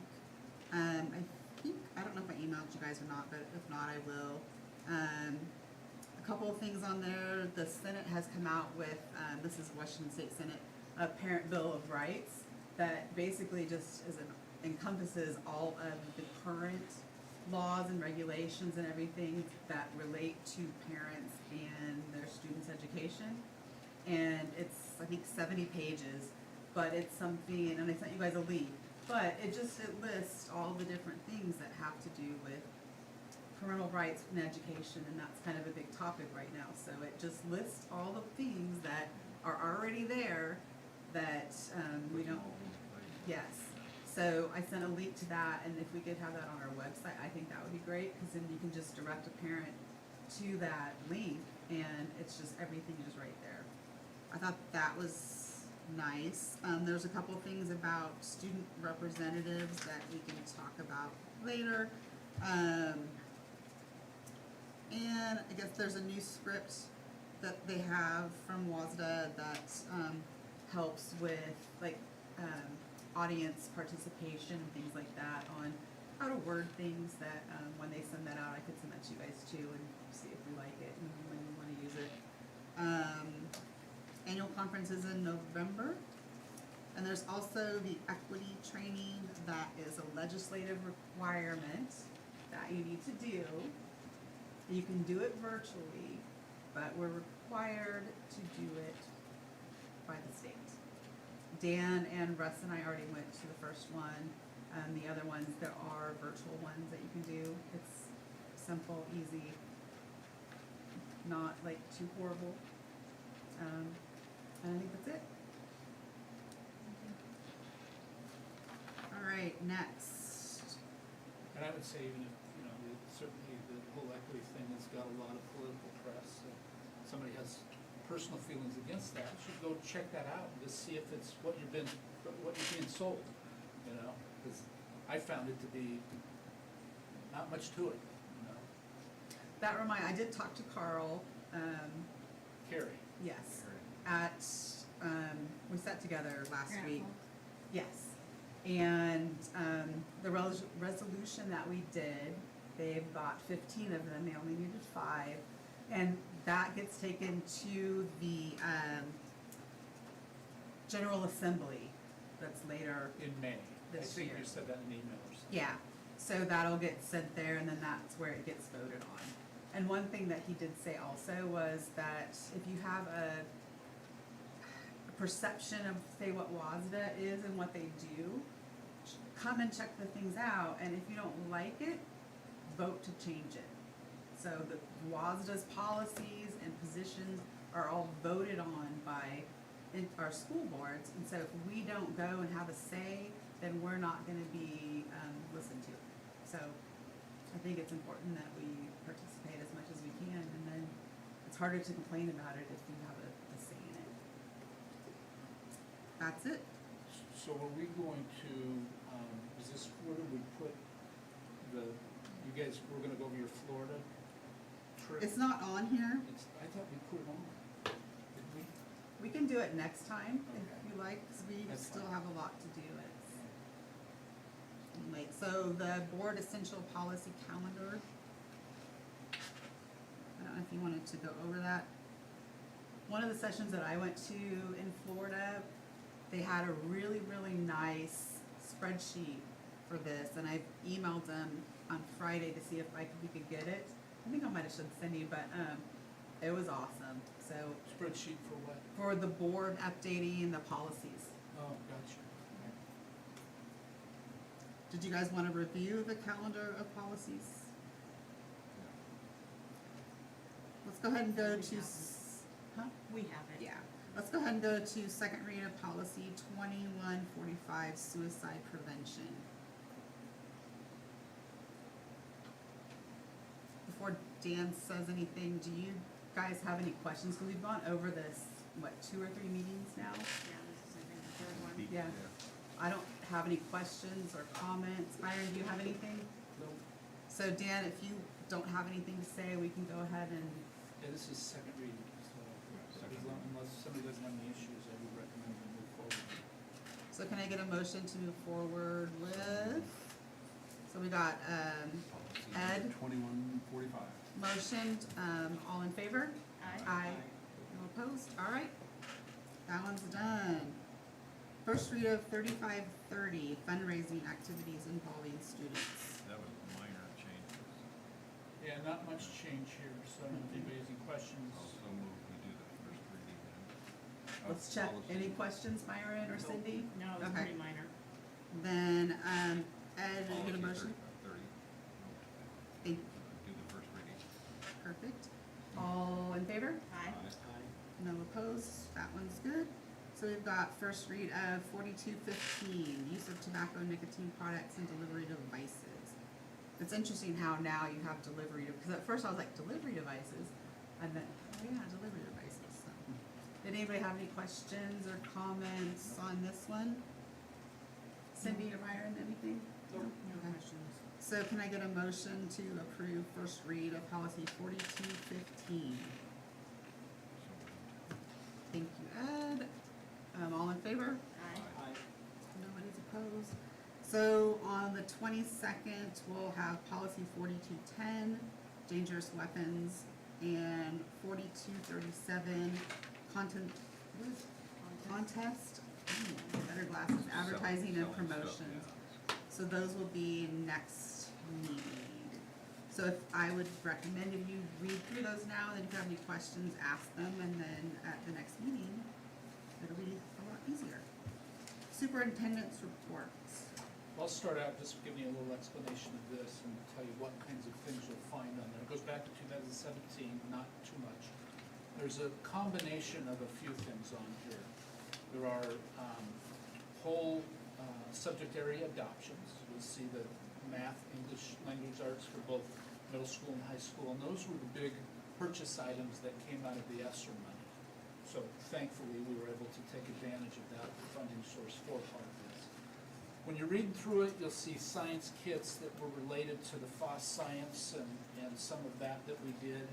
And that was when we rented those through a cooperative that was kept at ESD 189. They used to deliver the kits and then would come pick them back up about 6 weeks later. So if you're wondering what some of that is, you might see something around civics books. If you remember 4 or 5 years ago, the law changed and we were required to teach a course on civics. And so we've got civics books here that are there. You might see just some algebra books and calculus and different things. Sometimes we have a class of kids that goes through the system where we need, another 25 books because we have, like right now, this year, 8th grade at Salton Middle School, we have 3 classes of algebra, which is more than we've ever had, and at the 8th grade level.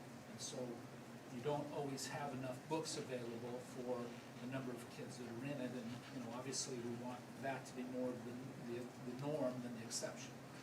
To have more kids that are able to take it. There's a number of different things you'll see, and if I was to go through how were some of these funded, some of these were adoptions where we used primarily general fund money. Some of them were purchased through High Poverty Lab. You'll see LLI Reading, middle school and the elementary schools, and that was purchased with the High Poverty Lab money that has to be spent in that building. It's the same money, comes from the same pot of money that we pay for those people to go to Avid and different things. Some of the same money that we would have paid for this PLC stuff, some of it. But it has to be spent on that building that generated the funding. And so it's not always clear cut when you do a budget recap like this. So if you have any questions, don't hesitate to ask, because this looks like Chinese in some ways. But it's good information for us to have, because I think Ed and I kind of were on the same page as far as instructional materials. What have we spent? What do we usually spend? What's that kind of stuff. And I think going through this maybe will answer some of our questions. And then the budget part, when we do our budget retreat, we can get in more depth into curriculum. You'll see one, and Dan, you can help on this maybe, where you see US Bank. That's the P cards. And so the one line item I picked is from 2021, $339. It is curriculum materials, but I can't tell you unless we go pull the document and see what exactly it is. That's why we typically, that's one of the shortcomings of P-cards is they're very convenient, but when we run expenditure recaps like this, it'll just say US Bank, and so we have to actually pull the physical report to see who the vendor specifically was that was coded there. There's one from, here's August 17, 2022 from the University of Toronto Press. That's Jump Math. Jump Mathematics was developed at the University of Toronto in Canada. And so they had sold it at one of the reasons why we went for it, it was at the time a good curriculum, but it was also more black and white, so you weren't paying for the pictures, and it was thus cheaper. And so, but what we're finding is that we need a higher higher quality math curriculum. That's why you guys are discussing it and that's at the elementary level. And that's why you guys are discussing it at IMC. You know, I appreciate you doing this, and I think that, you know. Dan you can read look the through it. report, Yeah. which he has access to, and I'm just trying to give you a little Yeah. bit, but like Northwest, that stands for Northwest Textbook Depository. And so it is a house that, that gives some discounted rates to some of these, so it might be cheaper for us to buy it through that agency than going directly to the manufacturer or whoever the printer was. Another one I wanted to share with you that I think is a key one is,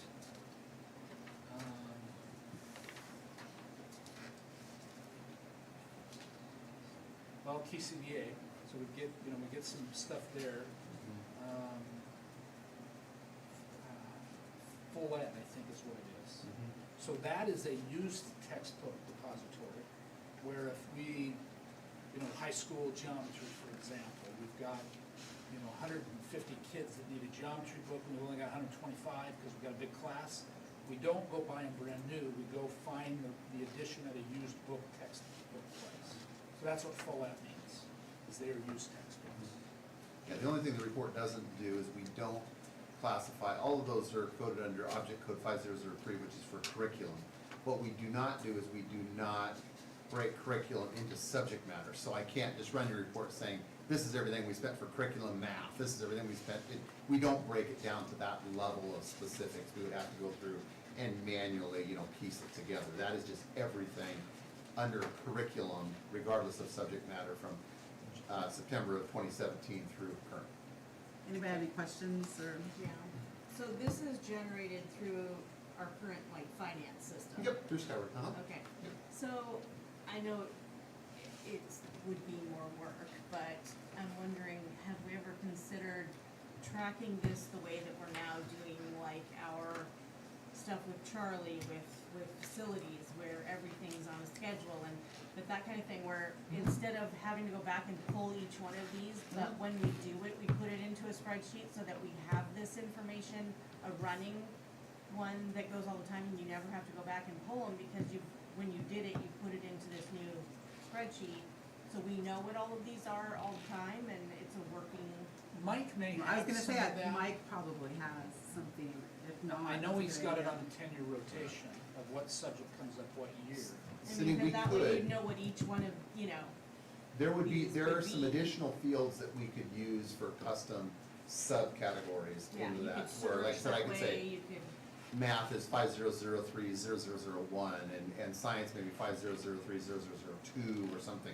We could start that. It's just obviously we have not done that previously in the historical data that you're looking at. But Could you guys get with Mike and find out what he has, and then see if we can, kind of see where It we're at might on be a the. good tool for the board to have that, if it were available. We could work on something like that. Yeah, like I said, wouldn't be that difficult. Just would Byron, be- did you have any questions, or? So is it like if we got math books with a grant, so it really didn't cost us anything, is that in your, Yes. is? So again, and like I said, that's just the raw data, but we could certainly break it out by program. So if it was something that was purchased under a 5800 series, that would be a grant, okay? When I State worked- grants are under 5800 series, So High Poverty Lab is a great example. 5500 series. So that's one where there's curriculum by building that they might purchase. Paul's came from, 82,000 we got in an additional allocation that, what you saw tonight is being paid for out of that. It'd be under 2400 series in that case. So how it's coded determines where Yeah. that Yeah, is. but Well- it still looks harder. Yeah, it's something I wouldn't expect you to, unless you work with it all the time, but the first 4 digits are what we call the program subprogram code, and that's where it comes from. So like in Paul's case, it could be 2100. If it was state special ed, it'd be 2400. If it was federal special ed, LAP would be 5500 series, Title I would be 5100 series, and so on and so on. Basic ed is 0100 series. All right, thank you. What else, Dan? Just 2 more things. The mental health committee, we meet on the off Mondays of the board meeting. I sent you, I think there was a paragraph or so of update. We've had 2 meetings. And it's really to start, kind of talking about the overall mental health. I mentioned in there, working with a group out of the University of Washington to assist us in what are the, right prevention kinds of things. And so I've got them, I can't think of the name right now, I don't know why, but are gonna come to our May 11th, I believe it is, administrative meeting and talk to us to say, okay, here's what we've got as some of the things that we do when we come across a student that is having a hard time, here's what we do, and so what are some other prevention kinds of things, and so we learn there.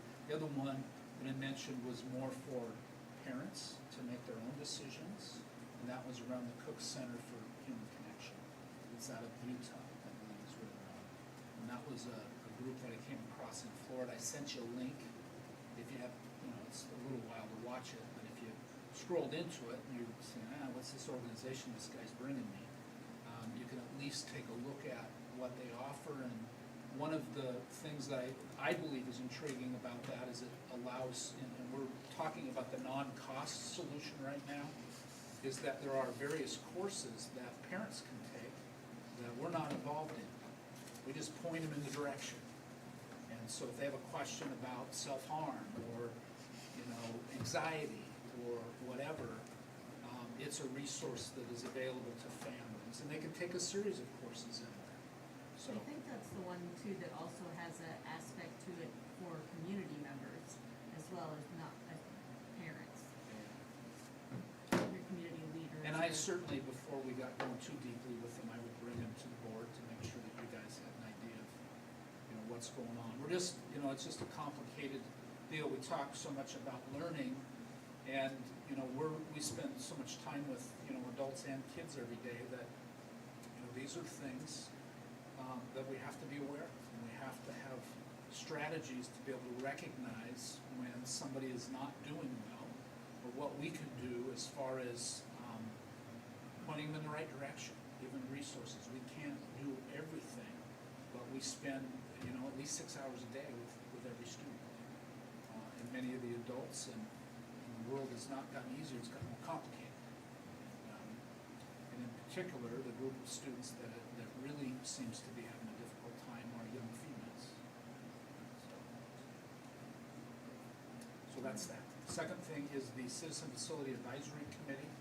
Our 6th meeting is tomorrow night. This is with sort of the revamped group. And right now I'm taking everybody and touring our schools. Tomorrow night is Gold Bar Elementary School. When we walk through previous history of construction, how the school was evaluated, answer any questions, where they take a look at the learning environment. Starting on I think it's May 9th, May 8th, something like that, which would be our following meeting. McGranahan Architects, I'm going to start to work with them because they've worked on all of our facilities. They designed Gold Bar Elementary, they've designed all of the upgrades, know this building inside and out, and start to work with them on designing some things that need improvement to bring to the board for consideration. And that's going to happen over several months, obviously, but we're running out of options. And as far as room goes, and I was up touring those new homes this weekend, and we met. We always meet with the city the last Monday of the month, which is our board meeting, and just up in my neighborhood, sold 4 houses this weekend. Everyone I go by that's 70% done or more has a sold sign on it. So whatever they're doing, or if there's no houses for sale anywhere else, something is working in their sales pitch, because Still happening here. a lot of homes moving. When I was at the meeting on Thursday, it was interesting because most of the districts that I talked to were talking about how they're having to cut and I was talking to the board president from Everett, and everybody is just down, and I'm like, we don't have that problem. I'm like, Opposite problem. I know, like, we don't have room for everybody, and I think there was only 2 of us, Granite Falls and myself, that had mentioned that they were actually gaining and not losing people, so. It'll be interesting, I think Granite Falls is on a building moratorium because they don't have enough sewer hookups. And I think that problem has been taken care of here. I don't know for sure, but, even today, without going into details, they're talking about all of the people that have contacted people around here, because in my neighborhood, and I suspected this was part of the issue, you've got a couple of tech employees that live there. One has to drive into their office 1 day a week, and one has to drive in 2 days a week. 5 years ago, this conversation probably wouldn't even happen, because you don't want to drive in there 5 days a week wherever they have to go. But when you only have to do it occasionally, and you can live in a beautiful area like this, it changes the game. Surprised me, not knowing what to expect going into the pandemic. I figured it would just turn into nobody's going to be around here, but they start building houses and they haven't really stopped. I wanted to run the Gold Bar Community Day on the 5th. Is anyone else, I was gonna go, I don't know if anyone else is gonna go. It's from 11 to 1 on the 5th. But if more of us are gonna go, then we would need to say it's a meeting, right? I think We meet at Fred Meyer. Well, if all of us meet at Fred Yeah. Meyer's, we can Pass each post other it in if the we aisle. need to, but it's kind of like those things when you go to, we go to, down to Olympia or wherever. They've made some provisions, assuming that we're not trying to make decisions every time we have an opportunity, 'cause we're not. Yeah. We're going there to try to figure out what's going on, and, there's times where you might have a situation where 3 board members unknowingly show up to an event. I had it happen when I was in Eastern Washington, and you just deal with it the best you can. You're not doing anything purposely illegal. Well, if anybody can go, I know that they would appreciate it, so. I normally go, but I'm actually booked that day already. And then, I think it is Thursday, we have the WASA Awards. Deputy Lynch at the high school is the community volunteer, even though he's not necessarily a community volunteer, he does a lot of stuff. And then Melissa McKay in this building is the student achievement one. She works on behavior and works very hard at it, and so I want to congratulate those two. But they have used to go to Everett Country Club, we've changed it to Snow Isle Skill Center, and our students in our own culinary arts are actually making the desserts. So last year, when you went, at Everett Country Club. Yep. This year it's at Snow Isle. And so that'll be Thursday, and I think Gigi's going. Yeah. If any other board members want to go, you're welcome to come see what's happening here. And it's Thursday at 1 p.m. We'll leave here at about 11:30, 11:45. Budget retreat dates. Budget retreat dates. So we're trying to time this, so as you know, the legislature finished this weekend. We've got some really preliminary data. Trying to, understand what's happening and get it plugged into a tool that interprets the data and basically says what that means for us. This would be a great opportunity to talk about budget stuff, like why in the world, Dan Chaplin, do you bring this kind of stuff to us? And I can explain all that stuff. Or what do we spend on professional development? This list right here, since 2017, 1.2 million, what you said.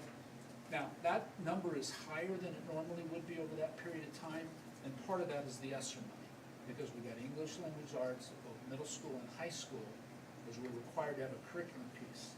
But hopefully what is there is that it comes in all kinds of different ways. When we do an adoption and the IMC makes a recommendation to adopt something, it really depends on the size of it.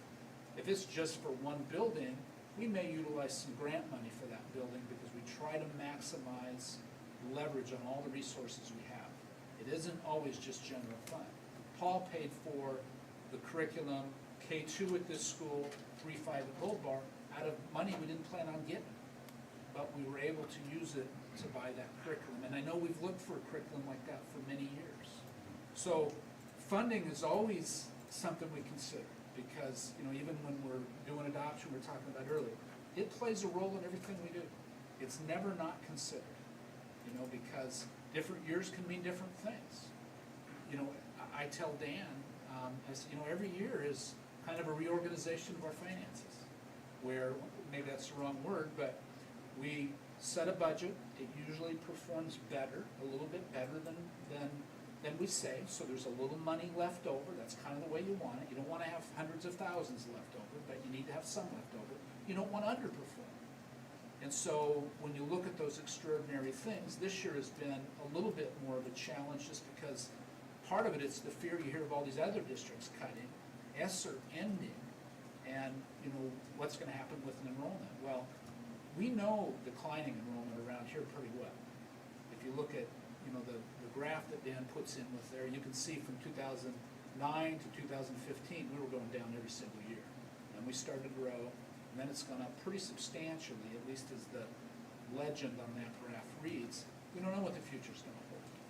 But, you know, in listening to superintendents from some of these bigger districts, they're concerned that we lose even more kids. You know, and I don't know if that means there are more out here, or I just don't know. But budget is considered in everything we do. We can't not, you know, because and I've sent you guys the fund balances, we don't carry a large fund balance at all. 4%'s what we try to have. And so we make the dollars work for us. I know that Dan's job is financial. If we carried a 10% and there wasn't a lot of pressure on that, his job would be a lot easier. We have to do 10 or 12 iterations of coming up with a budget that'll work to get something that we can present to you. And the one time we brought something that didn't achieve the 4%, you sent us back to get to work again, and we did. And so there's not a lot extra here.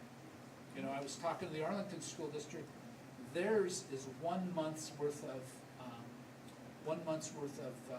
whatever it costs to run. That's 8%. We could, I mean, with what I believe we need to do, and that includes professional development, staffing, and trying to make things work, we try to put the money to work in ways that help the school without putting the district at risk. And so money is considered all the time. But it doesn't do us any good to sit on a great big pile of money that's not even ours and not spend it in the way that we said that we would. Or care about it in the way that we said that we would. And so money is considered in every decision. So budget retreat, can we? I went on and on. No, that's fine, but I've heard it come up at the last, like, I don't know how many meetings, so can we just, let's do it and let's get a So date? what we decided to do is get our calendars out and come up with some open dates here. And so, Okay. Dan, I'll ask you, when do you think we will have some information possibly by tomorrow, correct? We'll have an updated, I think probably by end of day tomorrow, I'll have something that'll reflect the final budget that was released this weekend. It won't be the official, but it'll be pretty close.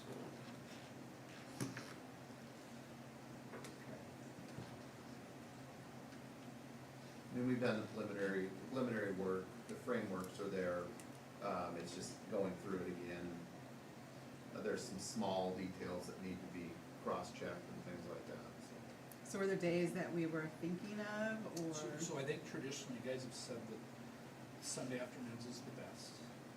I can make the week work if we can make that work. I can make during the school day work if that works. Or if not, I could do an evening. We try to balance this out so it works for everybody. I think Sundays always work. Right. So with that said, we could probably do something, probably a 2-hour total meeting, Dan, do you think? Oh, yeah. And that's kind of showing you where we're at, showing you kind of some of the changes that we're recommending and some of the concerning areas that we might have. This Sunday is golf tournament. That's a fundraiser for baseball, and I have to work it, Okay. which that would be a good excuse not to have to be there at 7 in the morning. But Well, how about, the 14th is Mother's Day, which I don't care about that, but I don't know if anybody else does. oh, that's right, yeah. Wait a minute. 13th is Mother's Day. 13th is Saturday. Mother's Days are on Sundays. Well, yeah, I see that. What's wrong with my? So either the 7th or 21st, not the 28th, because that's a holiday weekend. I see. Oh, I see. Yeah, you're right. The 7th or 21st. The is 7th is Sunday. actually the golf tournament, sorry. Oh. I won't be in town on the 21st. So is this just something we can do a 2-hour meeting during the week then, or something? Or- Oh, yeah, it could be, doesn't have to be on Sunday. I mean, we're just talking about a 2-hour meeting, roughly speaking. I would Is say 2 at hours the retreat most. gonna be enough? I think. Well, I think the first thing we do is give you a snapshot of where we're at and try to send you some thinking points and Right. try to gather what your questions are Right. before we meet. So we can come prepped with it. That's the ideal. That way you can make it work in 2 Okay. hours. And so, you know, as we looked out and, you know, just really to kind of get everybody on the same page and understanding. We don't always do a budget retreat, but I think decided to do one this year just because there's, you know, kind of some changes taking place. One of them is the ESSER dropping off. You know, we've got this enrollment we've planned for, really be able to just kind of spend 2 hours talking just about the budget. What about Tuesday the 2nd? I won't be here. For me, unfortunately, May is just really tough. I'm out at the WASBO conference from the 2nd through the 5th.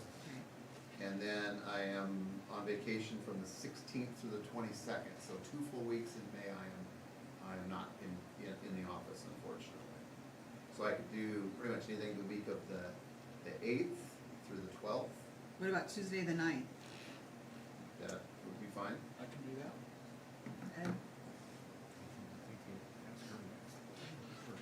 Cindy, how are you for that? I'm checking. Okay. Sorry, I have two Well, calendars, I have to check. Let me time? just say this. What time, though, would be the only thing, because you've got a meeting, a facility advisory committee meeting that night. Yeah, the Oh, night that's- won't work. I made a okay. mistake. Here's what we can do, if this works. I mean, this is, we can set up as a retreat, but have a study session. We just have the public here if we did it the night before. I think a retreat personally should be an extra thing. Yeah. And, well, can we come up with maybe some dates and you guys send out a survey tomorrow? Yep. With a few dates, maybe like a Wednesday or, you know, a couple of those like We after can do that. work. Yeah. And then, So what time are you able to get into town? Right about 5. Okay. Anytime after 5, I should make it. So our next board meeting, we start at 5. Well, I think Gigi's probably right on this one. Yeah. I think having That makes it too something long. separate from that would be good, so we can just dig into that one issue and do it in a format that's not a study session. so if you Even guys can though- come up with a few dates and send them out tomorrow, We can do please? that. Okay. Yeah. Anything else for superintendent's report before we adjourn and go to executive session? Just encourage you to go down and take a look at the transportation cooperative. It's moving fast. And then it'll move really, really slow, but it looks like it's done, it won't be. Dad, I have one suggestion here on the high school hot water heater. Yeah. Has anybody talked about flow heaters instead of a big single tank hot water? These flow meters are getting very, very good. Oh, And so the energy savings is considerable because you're not trying to store the heat even in non-used time, kind of thing. So, yeah, that would be a question for Charlie. I Charlie was know out that. today, so well, I mean, just might mention it to him, the electric ones are even good. And so you're close, you can spread them around and that way you don't waste all the hot water getting there. And they're really very efficient. Yeah, we need to, one at the high school is failing and Well, needs to be. That's what we're saying here, so get rid of the tank and get some flow heaters that are closer to where you use them, like the locker rooms or whatever. And, well, that was actually one of the issues that made us question whether we need one that big, is that back when I was in school, we were required to shower. No more. well, I'm only saying that, you know, it'd be good for, you know, to think about other options. If you're at that point of replacing, let's think about things a little bit. So that's all I have on that. How long do we need for executive session? 10, 15 minutes. the most. Let's call it 10 minutes. Okay. And we'll adjourn. Thanks, guys. All right, so we need a motion to adjourn, and then a motion to go, is it the same motion? Adjourn and then go into executive session? So adjourn the regular meeting at 9:06. And we'll We'll take a restart minute or at two. 9:10, Okay? and then we'll go until 9:20. Yep, and I'm gonna go out and get the sign and do a Okay. few things to make things easier for the end, and then I'll come in and update you on what I want to talk about. Ed already motioned for everything I just said. All in favor? Aye. Aye. Yeah, Yeah, I did. 4 minutes. You two? And then, I'm old. We all feel old after Run, sitting. Ed, run. So do we have We all feel to, you have old to after contact sitting Dave, or these do you know for a how to while. do it? I can turn off YouTube.